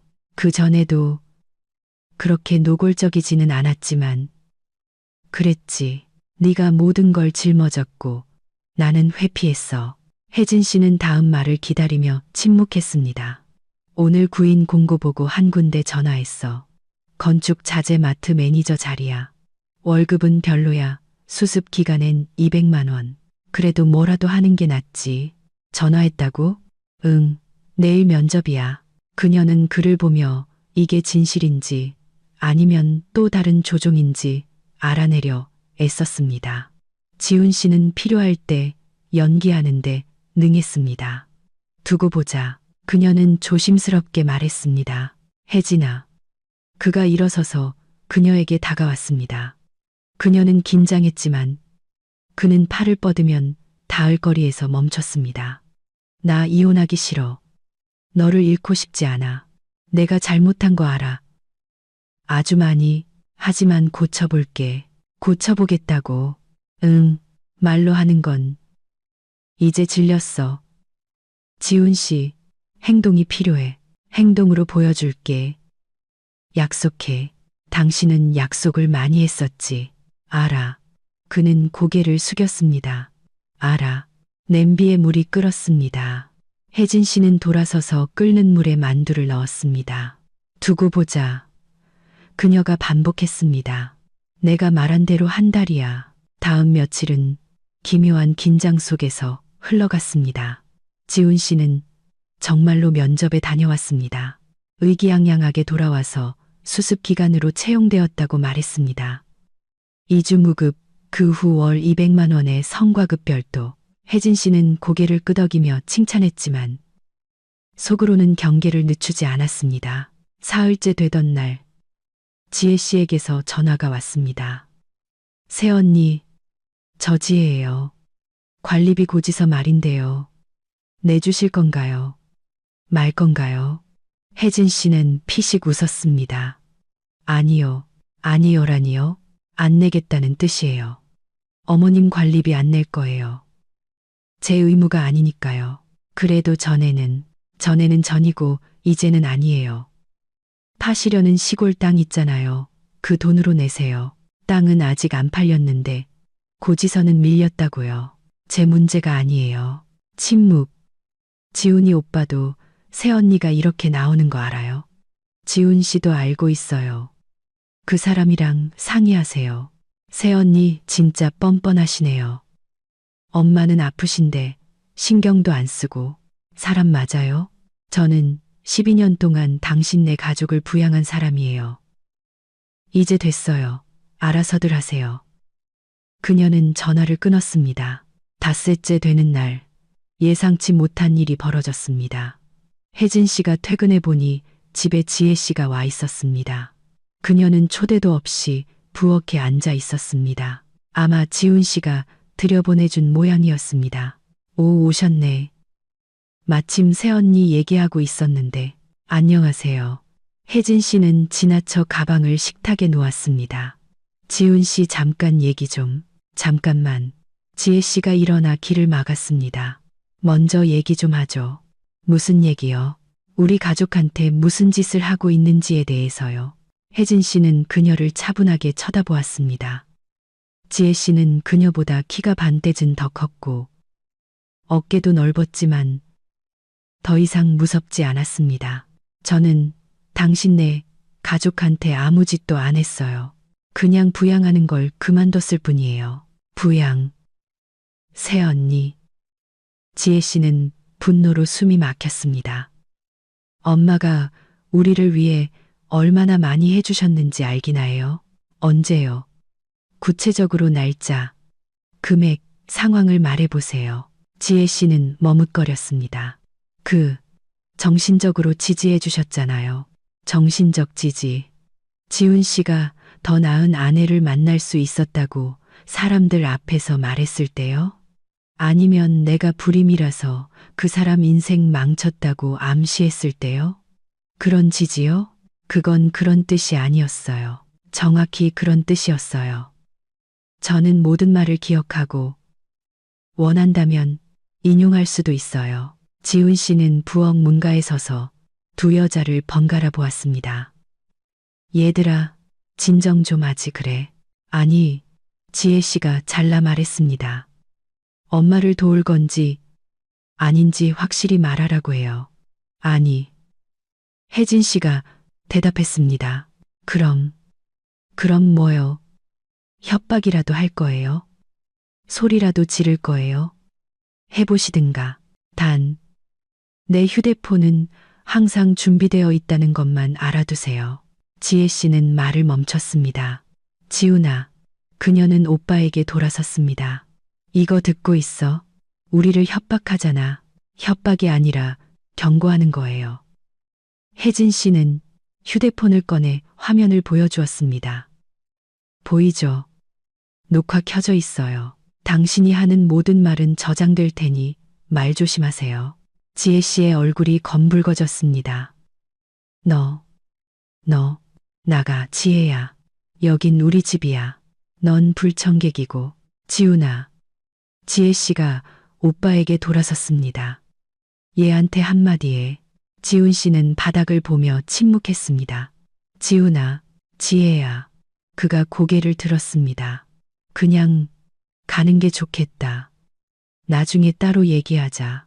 몇 초간 지혜 씨는 꼼짝 않고 서 있다가 식탁에서 가방을 낚아채고 문을 쾅 닫고 아파트를 뛰쳐나갔습니다. 유리가 흔들릴 정도였죠. 정적. 혜진 씨는 휴대폰을 집어넣고 창가로 갔습니다. 잘했어. 지훈 씨가 갑자기 말했습니다. 그녀가 돌아보았습니다. 뭐가? 잘했다고. 나는 그렇게 못했을 거야. 지혜한테 맞서는 거 말이야. 걔는 항상 기가 셌거든. 근데 네가 한 방에 제압했어. 혜진 씨는 그를 보며 이게 조롱인지 아닌지 판단하려 애썼습니다. 아니, 진심인 것 같았습니다. 내가 당신 누나 쫓아냈는데 화 안 나. 아니, 그는 잠시 침묵했습니다. 걔가 선을 넘었어. 말도 없이 찾아와서 다짜고짜 따졌잖아. 그건 잘못된 거야. 혜진 씨는 의자에 앉았습니다. 갑자기 다리에 힘이 풀렸습니다. 지훈 씨, 나 이해가 안 가. 당신 지금 누구 편이야? 네 편. 언제부터? 내가 옳다는 걸 깨달았을 때부터. 그가 다가와 옆에 앉았습니다. 혜진아, 내가 정말 많은 잘못을 했어. 알아. 어제 너한테 소리 지른 것도, 그 전에도 내가 바보였어. 아내는 참고, 짊어지고, 불평하지 말아야 한다고. 그게 당연하다고 생각했어. 그렇게 배웠거든. 당신 어머니가 그렇게 가르쳤어? 응, 엄마가. 그가 고개를 끄덕였습니다. 아버지가 돌아가시고 엄마가 나를 완전히 휘어잡았지. 나는 엄마의 작은 왕자였고 희망이었어. 모든 게 지훈이를 위해서. 지훈이 때문에 내가 너랑 결혼했을 때 엄마는 네가 그 역할을 이어받아야 한다고 생각했던 거야. 돌보고 시중 들고 희생해야 한다고. 그리고 당신은 거기에 동의했고 생각 안 해봤어. 그냥 그게 편했으니까. 그는 시선을 내렸습니다. 다른 누군가가 문제를 해결해 주는 게 편했어. 아무 책임도 안 져도 되는 게 편했어. 그냥 익숙해졌던 거야. 혜진 씨는 침묵했습니다. 이상하고 예상치 못하고 낯설었습니다. 지훈 씨는 전에 이렇게 말한 적이 없었고 자신의 실수를 인정한 적도 없었습니다. 이제 어떡할 건데? 그녀가 물었습니다. 이제 일하고 돈 벌고 평범한 남편이 되려고 노력할 거야. 네가 기회를 준다면 기회는 이미 한 번 줬어. 알아. 한 달. 그가 고개를 끄덕였습니다. 기억하고 있어. 한 달 뒤에는 어떻게 될까? 몰라. 내가 뭔가 증명할 수 있기를. 내가 변할 수 있다는 걸 보여줄 수 있기를 바랄 뿐이야. 혜진 씨는 그를 12년을 함께 산 이 남자를 바라보았습니다. 그의 피곤한 얼굴, 머리카락의 흰머리, 눈가의 주름. 그녀는 그를 믿어야 할지 말아야 할지 몰랐습니다. 실망이 너무 많았고 배신당한 희망이 너무 많았습니다. 하지만 작고 연약한 무언가가 속에서 꿈틀거렸습니다. 사랑은 아니었습니다. 오히려 호기심에 가까웠죠.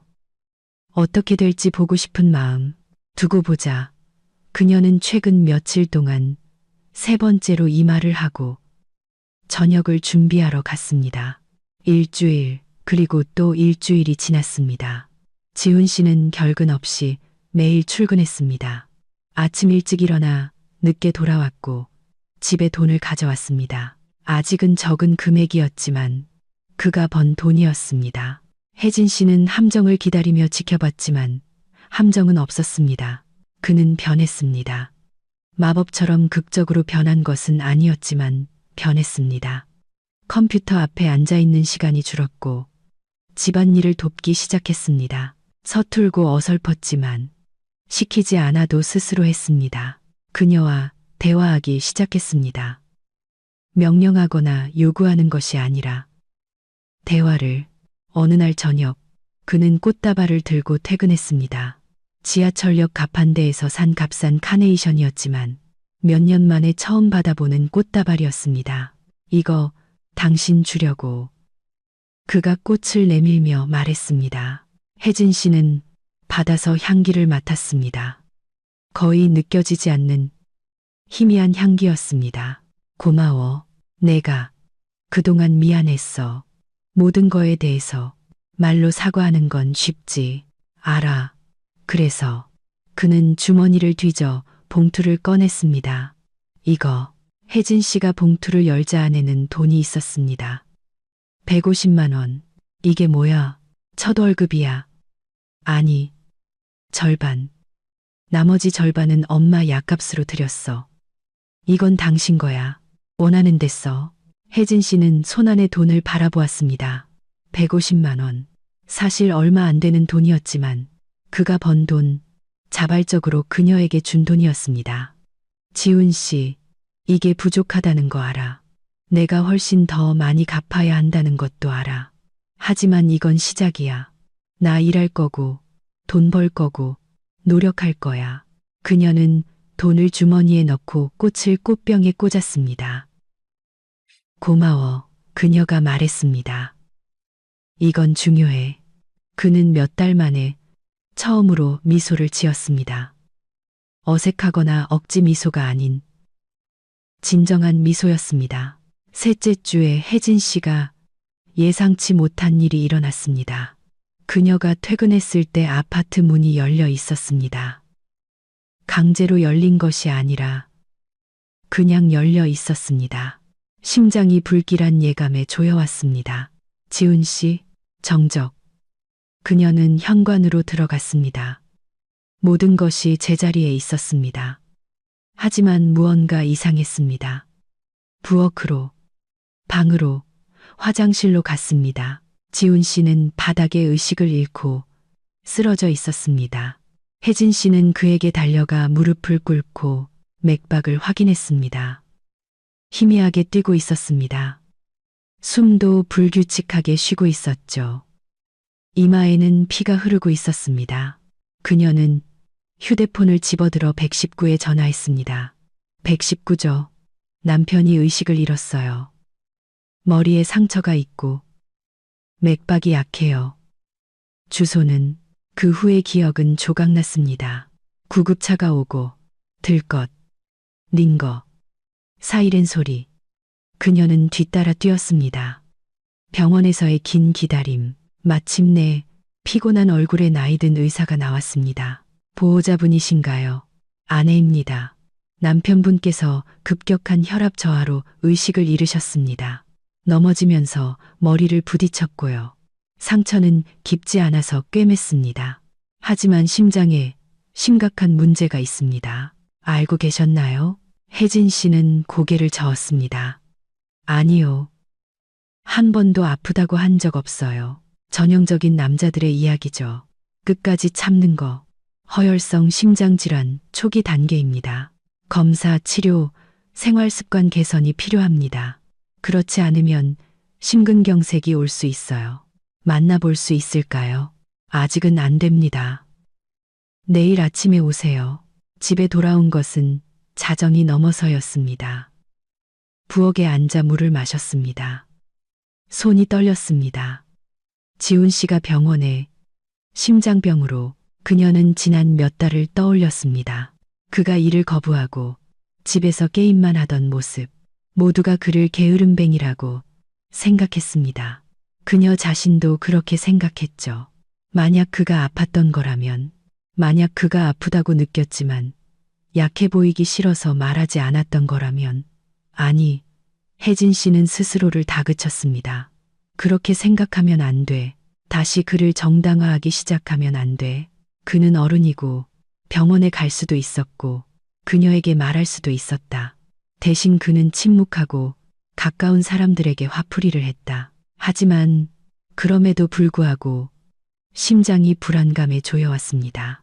아무리 그에게 화가 나고 실망했어도 그는 그녀의 남편이었습니다. 12년을 함께한 세월. 그건 한순간에 지워지지 않았습니다. 병원에 도착한 것은 십시였습니다. 지훈 씨는 병실에 누워 있었습니다. 창백하고 머리에 붕대를 감고 있었지만 의식은 있었습니다. 왔어. 그가 그녀를 보고 말했습니다. 왔어. 어때? 별로. 그가 미소 지으려 애썼습니다. 의사 선생님이 네가 나 살렸다고 하더라. 네가 바로 구급차 안 불렀으면 해야 할 일을 했을 뿐이야. 그는 잠시 침묵하다가 말했습니다. 혜진아, 너한테 할 말이 있어. 나 심장 안 좋은 거 알고 있었어. 반년 전부터 그녀는 얼어붙었습니다. 뭐라고? 반년 전에 병원에 갔었어. 가슴이 아프다고 했더니 검사 받아보라고 하더라. 근데 안 갔어. 저절로 나을 줄 알았지. 별거 아니라고 생각했어. 알고도 침묵했다고. 응. 그는 시선을 내렸습니다. 무서웠어. 약하고 아프고 쓸모없는 사람이 될까봐 무서웠어. 혜진 씨는 주먹을 꽉 쥐었습니다.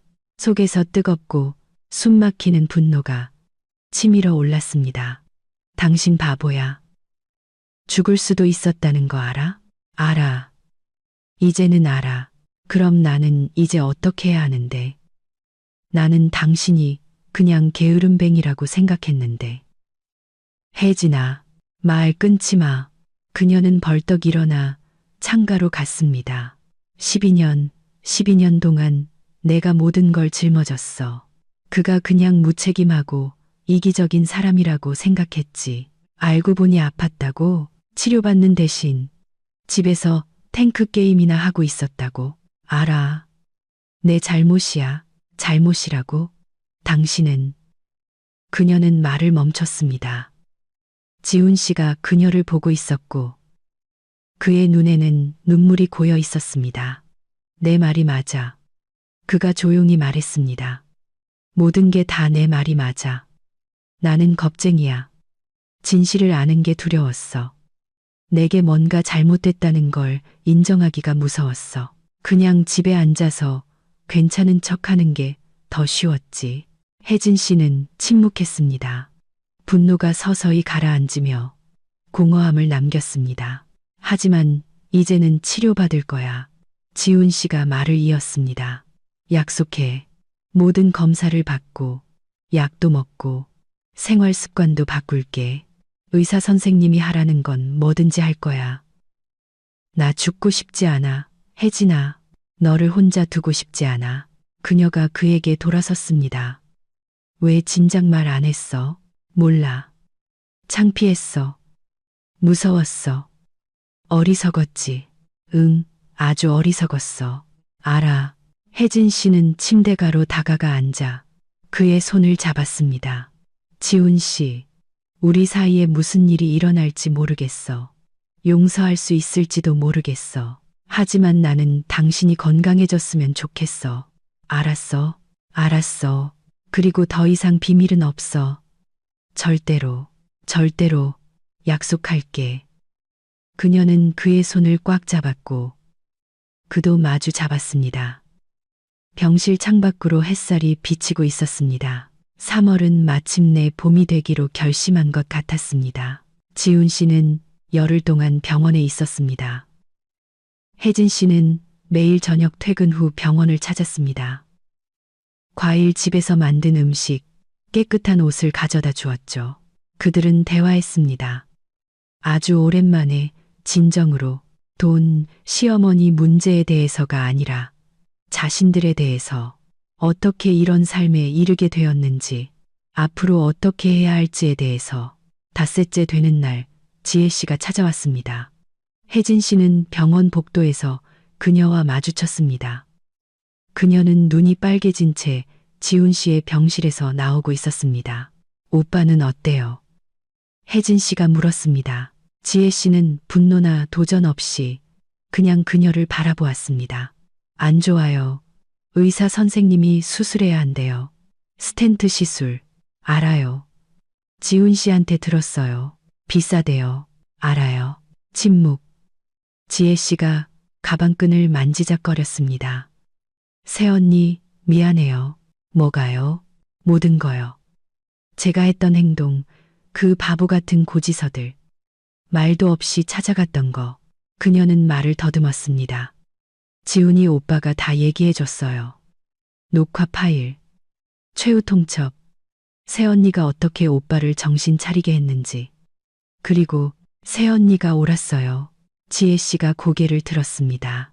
저는 새언니가 그냥 욕심 많은 사람인 줄 알았어요. 그러다 깨달았죠. 그냥 지쳤던 거라는 걸. 우리 모두가 새언니한테 엎혀갔고, 새언니는 그걸 다 짊어졌던 거예요. 아무도 고맙다고 말하지 않았고요. 혜진 씨는 무슨 말을 해야 할지 몰라 침묵했습니다. 엄마도요. 지혜 씨가 한숨을 쉬었습니다. 뇌졸중 후에 많이 생각하셨나 봐요. 새언니한테 못되게 굴었던 거 후회하신대요. 좋은 며느리인데 자기가 눈이 멀었었다고 그냥 지훈이 오빠를 뺏길까봐 질투하셨던 거래요. 제가 뺏은 게 아니에요. 저는 그냥 평범한 가정을 원했을 뿐이에요. 알아요. 이제는 알아요. 그들은 병원 복도에 서 있었습니다. 수년 동안 서로 반대편에 서 있던 두 여자가 갑자기 같은 편에 서게 된 것이었습니다. 아가씨, 혜진 씨가 말했습니다. 저는 아가씨한테 원한 없어요. 하지만 친구가 될 수는 없을 거예요. 솔직하시네요. 이해해요. 하지만 적어도 원수는 아니잖아요. 원수는 아니죠. 지혜 씨는 고개를 끄덕이고 가버렸습니다. 수술은 다음 주에 잡혔습니다. 지훈 씨는 병실에 누워 천장을 바라보고 있었습니다. 혜진 씨는 옆에 앉아 그의 손을 잡고 있었죠. 무서워? 그녀가 물었습니다. 응, 그건 당연한 거야. 혜진아. 그가 고개를 돌려 그녀를 보았습니다. 만약 뭔가 잘못되면, 탄징은 그런 말 하지 마. 아니, 들어봐. 그가 그녀의 손을 더 꽉 잡았습니다. 만약 뭔가 잘못되면 네가 내 인생 최고의 사람이었다는 걸 알아줬으면 좋겠어. 내가 그걸 소중히 여기지 못했고, 이해하지 못했고, 바보였지만 너는 최고였어. 지훈 씨, 말 끊지 마. 내가 차에 대한 위임장을 남겨뒀어. 무슨 일 생기면 팔아. 한 2, 3천만 원은 받을 수 있을 거야. 뭐라도 하는데 도움이 되겠지. 당신 안 죽어. 그러길 바라지. 하지만 만약 나는 네가 살았으면 좋겠어. 진정으로. 누구도 짊어지지 않고 자신을 희생하지 않고 그냥 살았으면 좋겠어. 혜진 씨는 눈시울이 뜨거워지는 것을 느꼈습니다. 수술은 성공적으로 끝났습니다. 3시간의 기다림 끝에 간호사가 괜찮아요. 환자는 안정적입니다라고 말해 주었습니다. 혜진 씨는 그제야 숨을 내쉬었습니다. 지훈 씨는 일주일 후에 퇴원했습니다.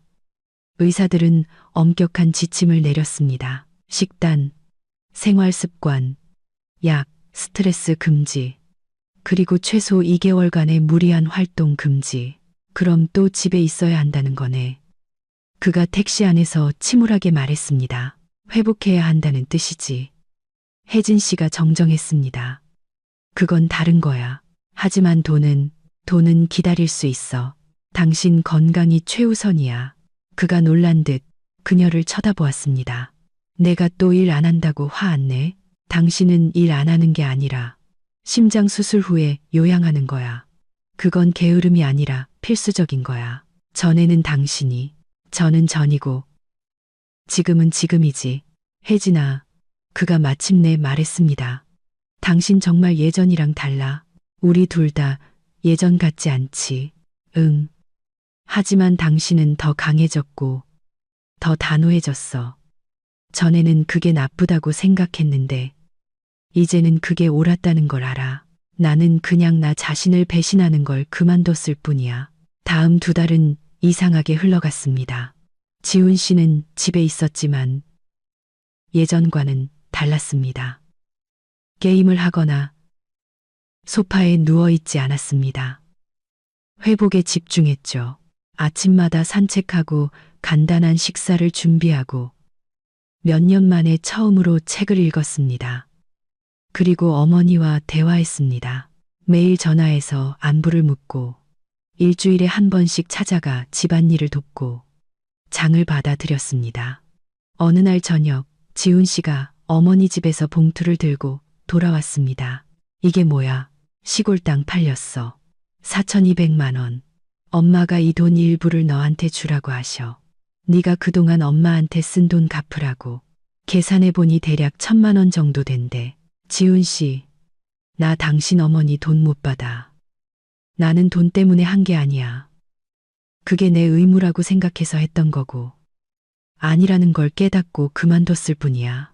하지만 돈은 썼잖아. 썼으면 됐어. 과거의 일이야. 엄마가 변했어. 그가 마침내 말했습니다. 뇌졸중 후에 마치 잠에서 깨어난 것 같아. 인생을 다시 생각하게 됐다고 하셔. 너한테 못되게 군 거 후회하신대. 좋은 며느리인데 자기가 눈이 멀었었다고. 잘 됐네. 혜진아, 엄마를 용서해 줄 수 있을까? 혜진 씨는 오랫동안 생각했습니다. 노력해 볼게. 하지만 약속은 못해. 그거면 충분해. 5월에 지훈 씨는 직장에 복귀했습니다. 다른 곳을 찾았죠. 작은 위생설비 판매 회사의 매니저. 월급은 300만 원으로 시작했지만 성장 가능성이 있었습니다. 혜진 씨는 그의 첫 출근길을 배웅했습니다. 그가 현관에 서서 긴장하며 넥타이를 매만졌습니다. 나 어때 보여? 괜찮아. 넥타이만 삐뚤어졌네. 그녀가 다가가 매듭을 바로 잡아 주었습니다. 그가 그녀를 내려다보았고 그의 눈에는 새로운 무언가가 있었습니다. 감사, 고마워. 그가 말했습니다. 넥타이도 모든 것도 나를 버리지 않아줘서, 기회를 줘서, 믿어줘서 나는 믿지 않았어. 혜진 씨가 솔직하게 말했습니다. 나는 기다렸고 지켜봤어. 그건 다른 거야. 그래도 고마워. 그는 그녀의 뺨에 입을 맞추고 출근했습니다. 혜진 씨는 창가에 서서 그가 정류장으로 걸어가는 모습을 보았습니다. 자신감 있는 걸음걸이, 쫙 편 어깨, 완전히 다른 사람이거나 혹은 마침내 자기 자신이 된 같은 사람이었습니다. 여름이 지나갔습니다. 지훈 씨도 혜진 씨도 일했습니다. 저녁에는 함께 식사하고 대화하고 영화를 보았습니다. 평범한 가족처럼요. 돈 문제는 여전히 있었지만 이제 혼자가 아니었습니다. 지훈 씨가 월급의 절반을 생활비에 보댔고 훨씬 수월해졌습니다. 7월, 예상치 못한 일이 일어났습니다. 공식적인 봉투가 도착했습니다. 그들이 빚을 졌던 바로 그 은행에서 온 것이었습니다. 그녀는 편지를 뜯었습니다. 김혜진님께 귀하의 대출 계약 번호에 대한 채무가 전액 상환되었음을 알려드립니다. 그녀는 3번이나 다시 읽었습니다. 지훈 씨, 어떻게 된 거야? 상철이한테서. 그 친구가 한 달 전에 갑자기 연락 와서 사과하더라. 사업 망해서 잠적했었는데 다시 일 구해서 돈 벌자마자 제일 먼저 빚부터 갚았대. 전부 다. 그게 자기 명예를 지키는 길이라고. 혜진 씨는 다리에 힘이 풀려 주저앉았습니다. 믿을 수가 없어. 나도 안 믿겼어. 근데 편지가 왔잖아. 지훈 씨, 그녀의 목소리가 떨렸습니다. 이건 기적 같아. 기적이 아니야. 그가 고개를 저었습니다. 그냥 정이지. 상철이가 잘못했고 상철이가 바로잡은 거야. 그래야만 하는 거지. 혜진 씨는 갑자기 웃음이 터져 나왔습니다. 그냥 지난 반년이 너무 힘들었는데 지금은 마치 돌덩이가 내려앉은 것 같아. 응, 여러 개의 돌덩이가. 그가 그녀의 손을 잡았습니다. 가을은 좋은 소식과 함께 시작되었습니다. 지훈 씨는 승진했고 혜진 씨도 승진했습니다. 돈은 마침내 충분해졌습니다. 10월 혜진 씨는 혼자 시어머니 댁을 찾아갔습니다. 혜진아, 시어머니가 문을 열고 멈춰 섰습니다. 그들은 부엌에서 차를 마셨습니다. 혜진아, 시어머니가 갑자기 말했습니다. 나를 용서해다오. 내가 너한테 너무 못되게 굴었어. 내가 잘못했다. 혜진 씨는 늙고 병들고 상처받은 이 여자를 보며 문득 깨달았습니다. 분노가 없었습니다. 원한 없어요. 그녀가 말했습니다. 이제는 없어요. 11월, 혜진 씨가 처음으로 싫어라고 말한 지 1년이 지났습니다. 그녀는 창가에 서서 첫눈을 바라보고 있었습니다. 그녀는 유리창에 비친 자신의 모습에 미소 지었습니다. 1년 전에 그 여자가 아니었습니다. 생기 있는 모습이었죠. 혜진아, 방에서 지훈 씨가 불렀습니다. 이리 와봐.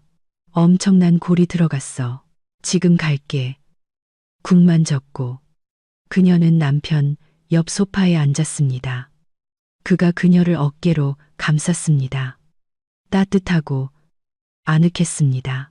혜진아, 그가 화면에서 눈을 떼지 않고 말했습니다. 사랑해.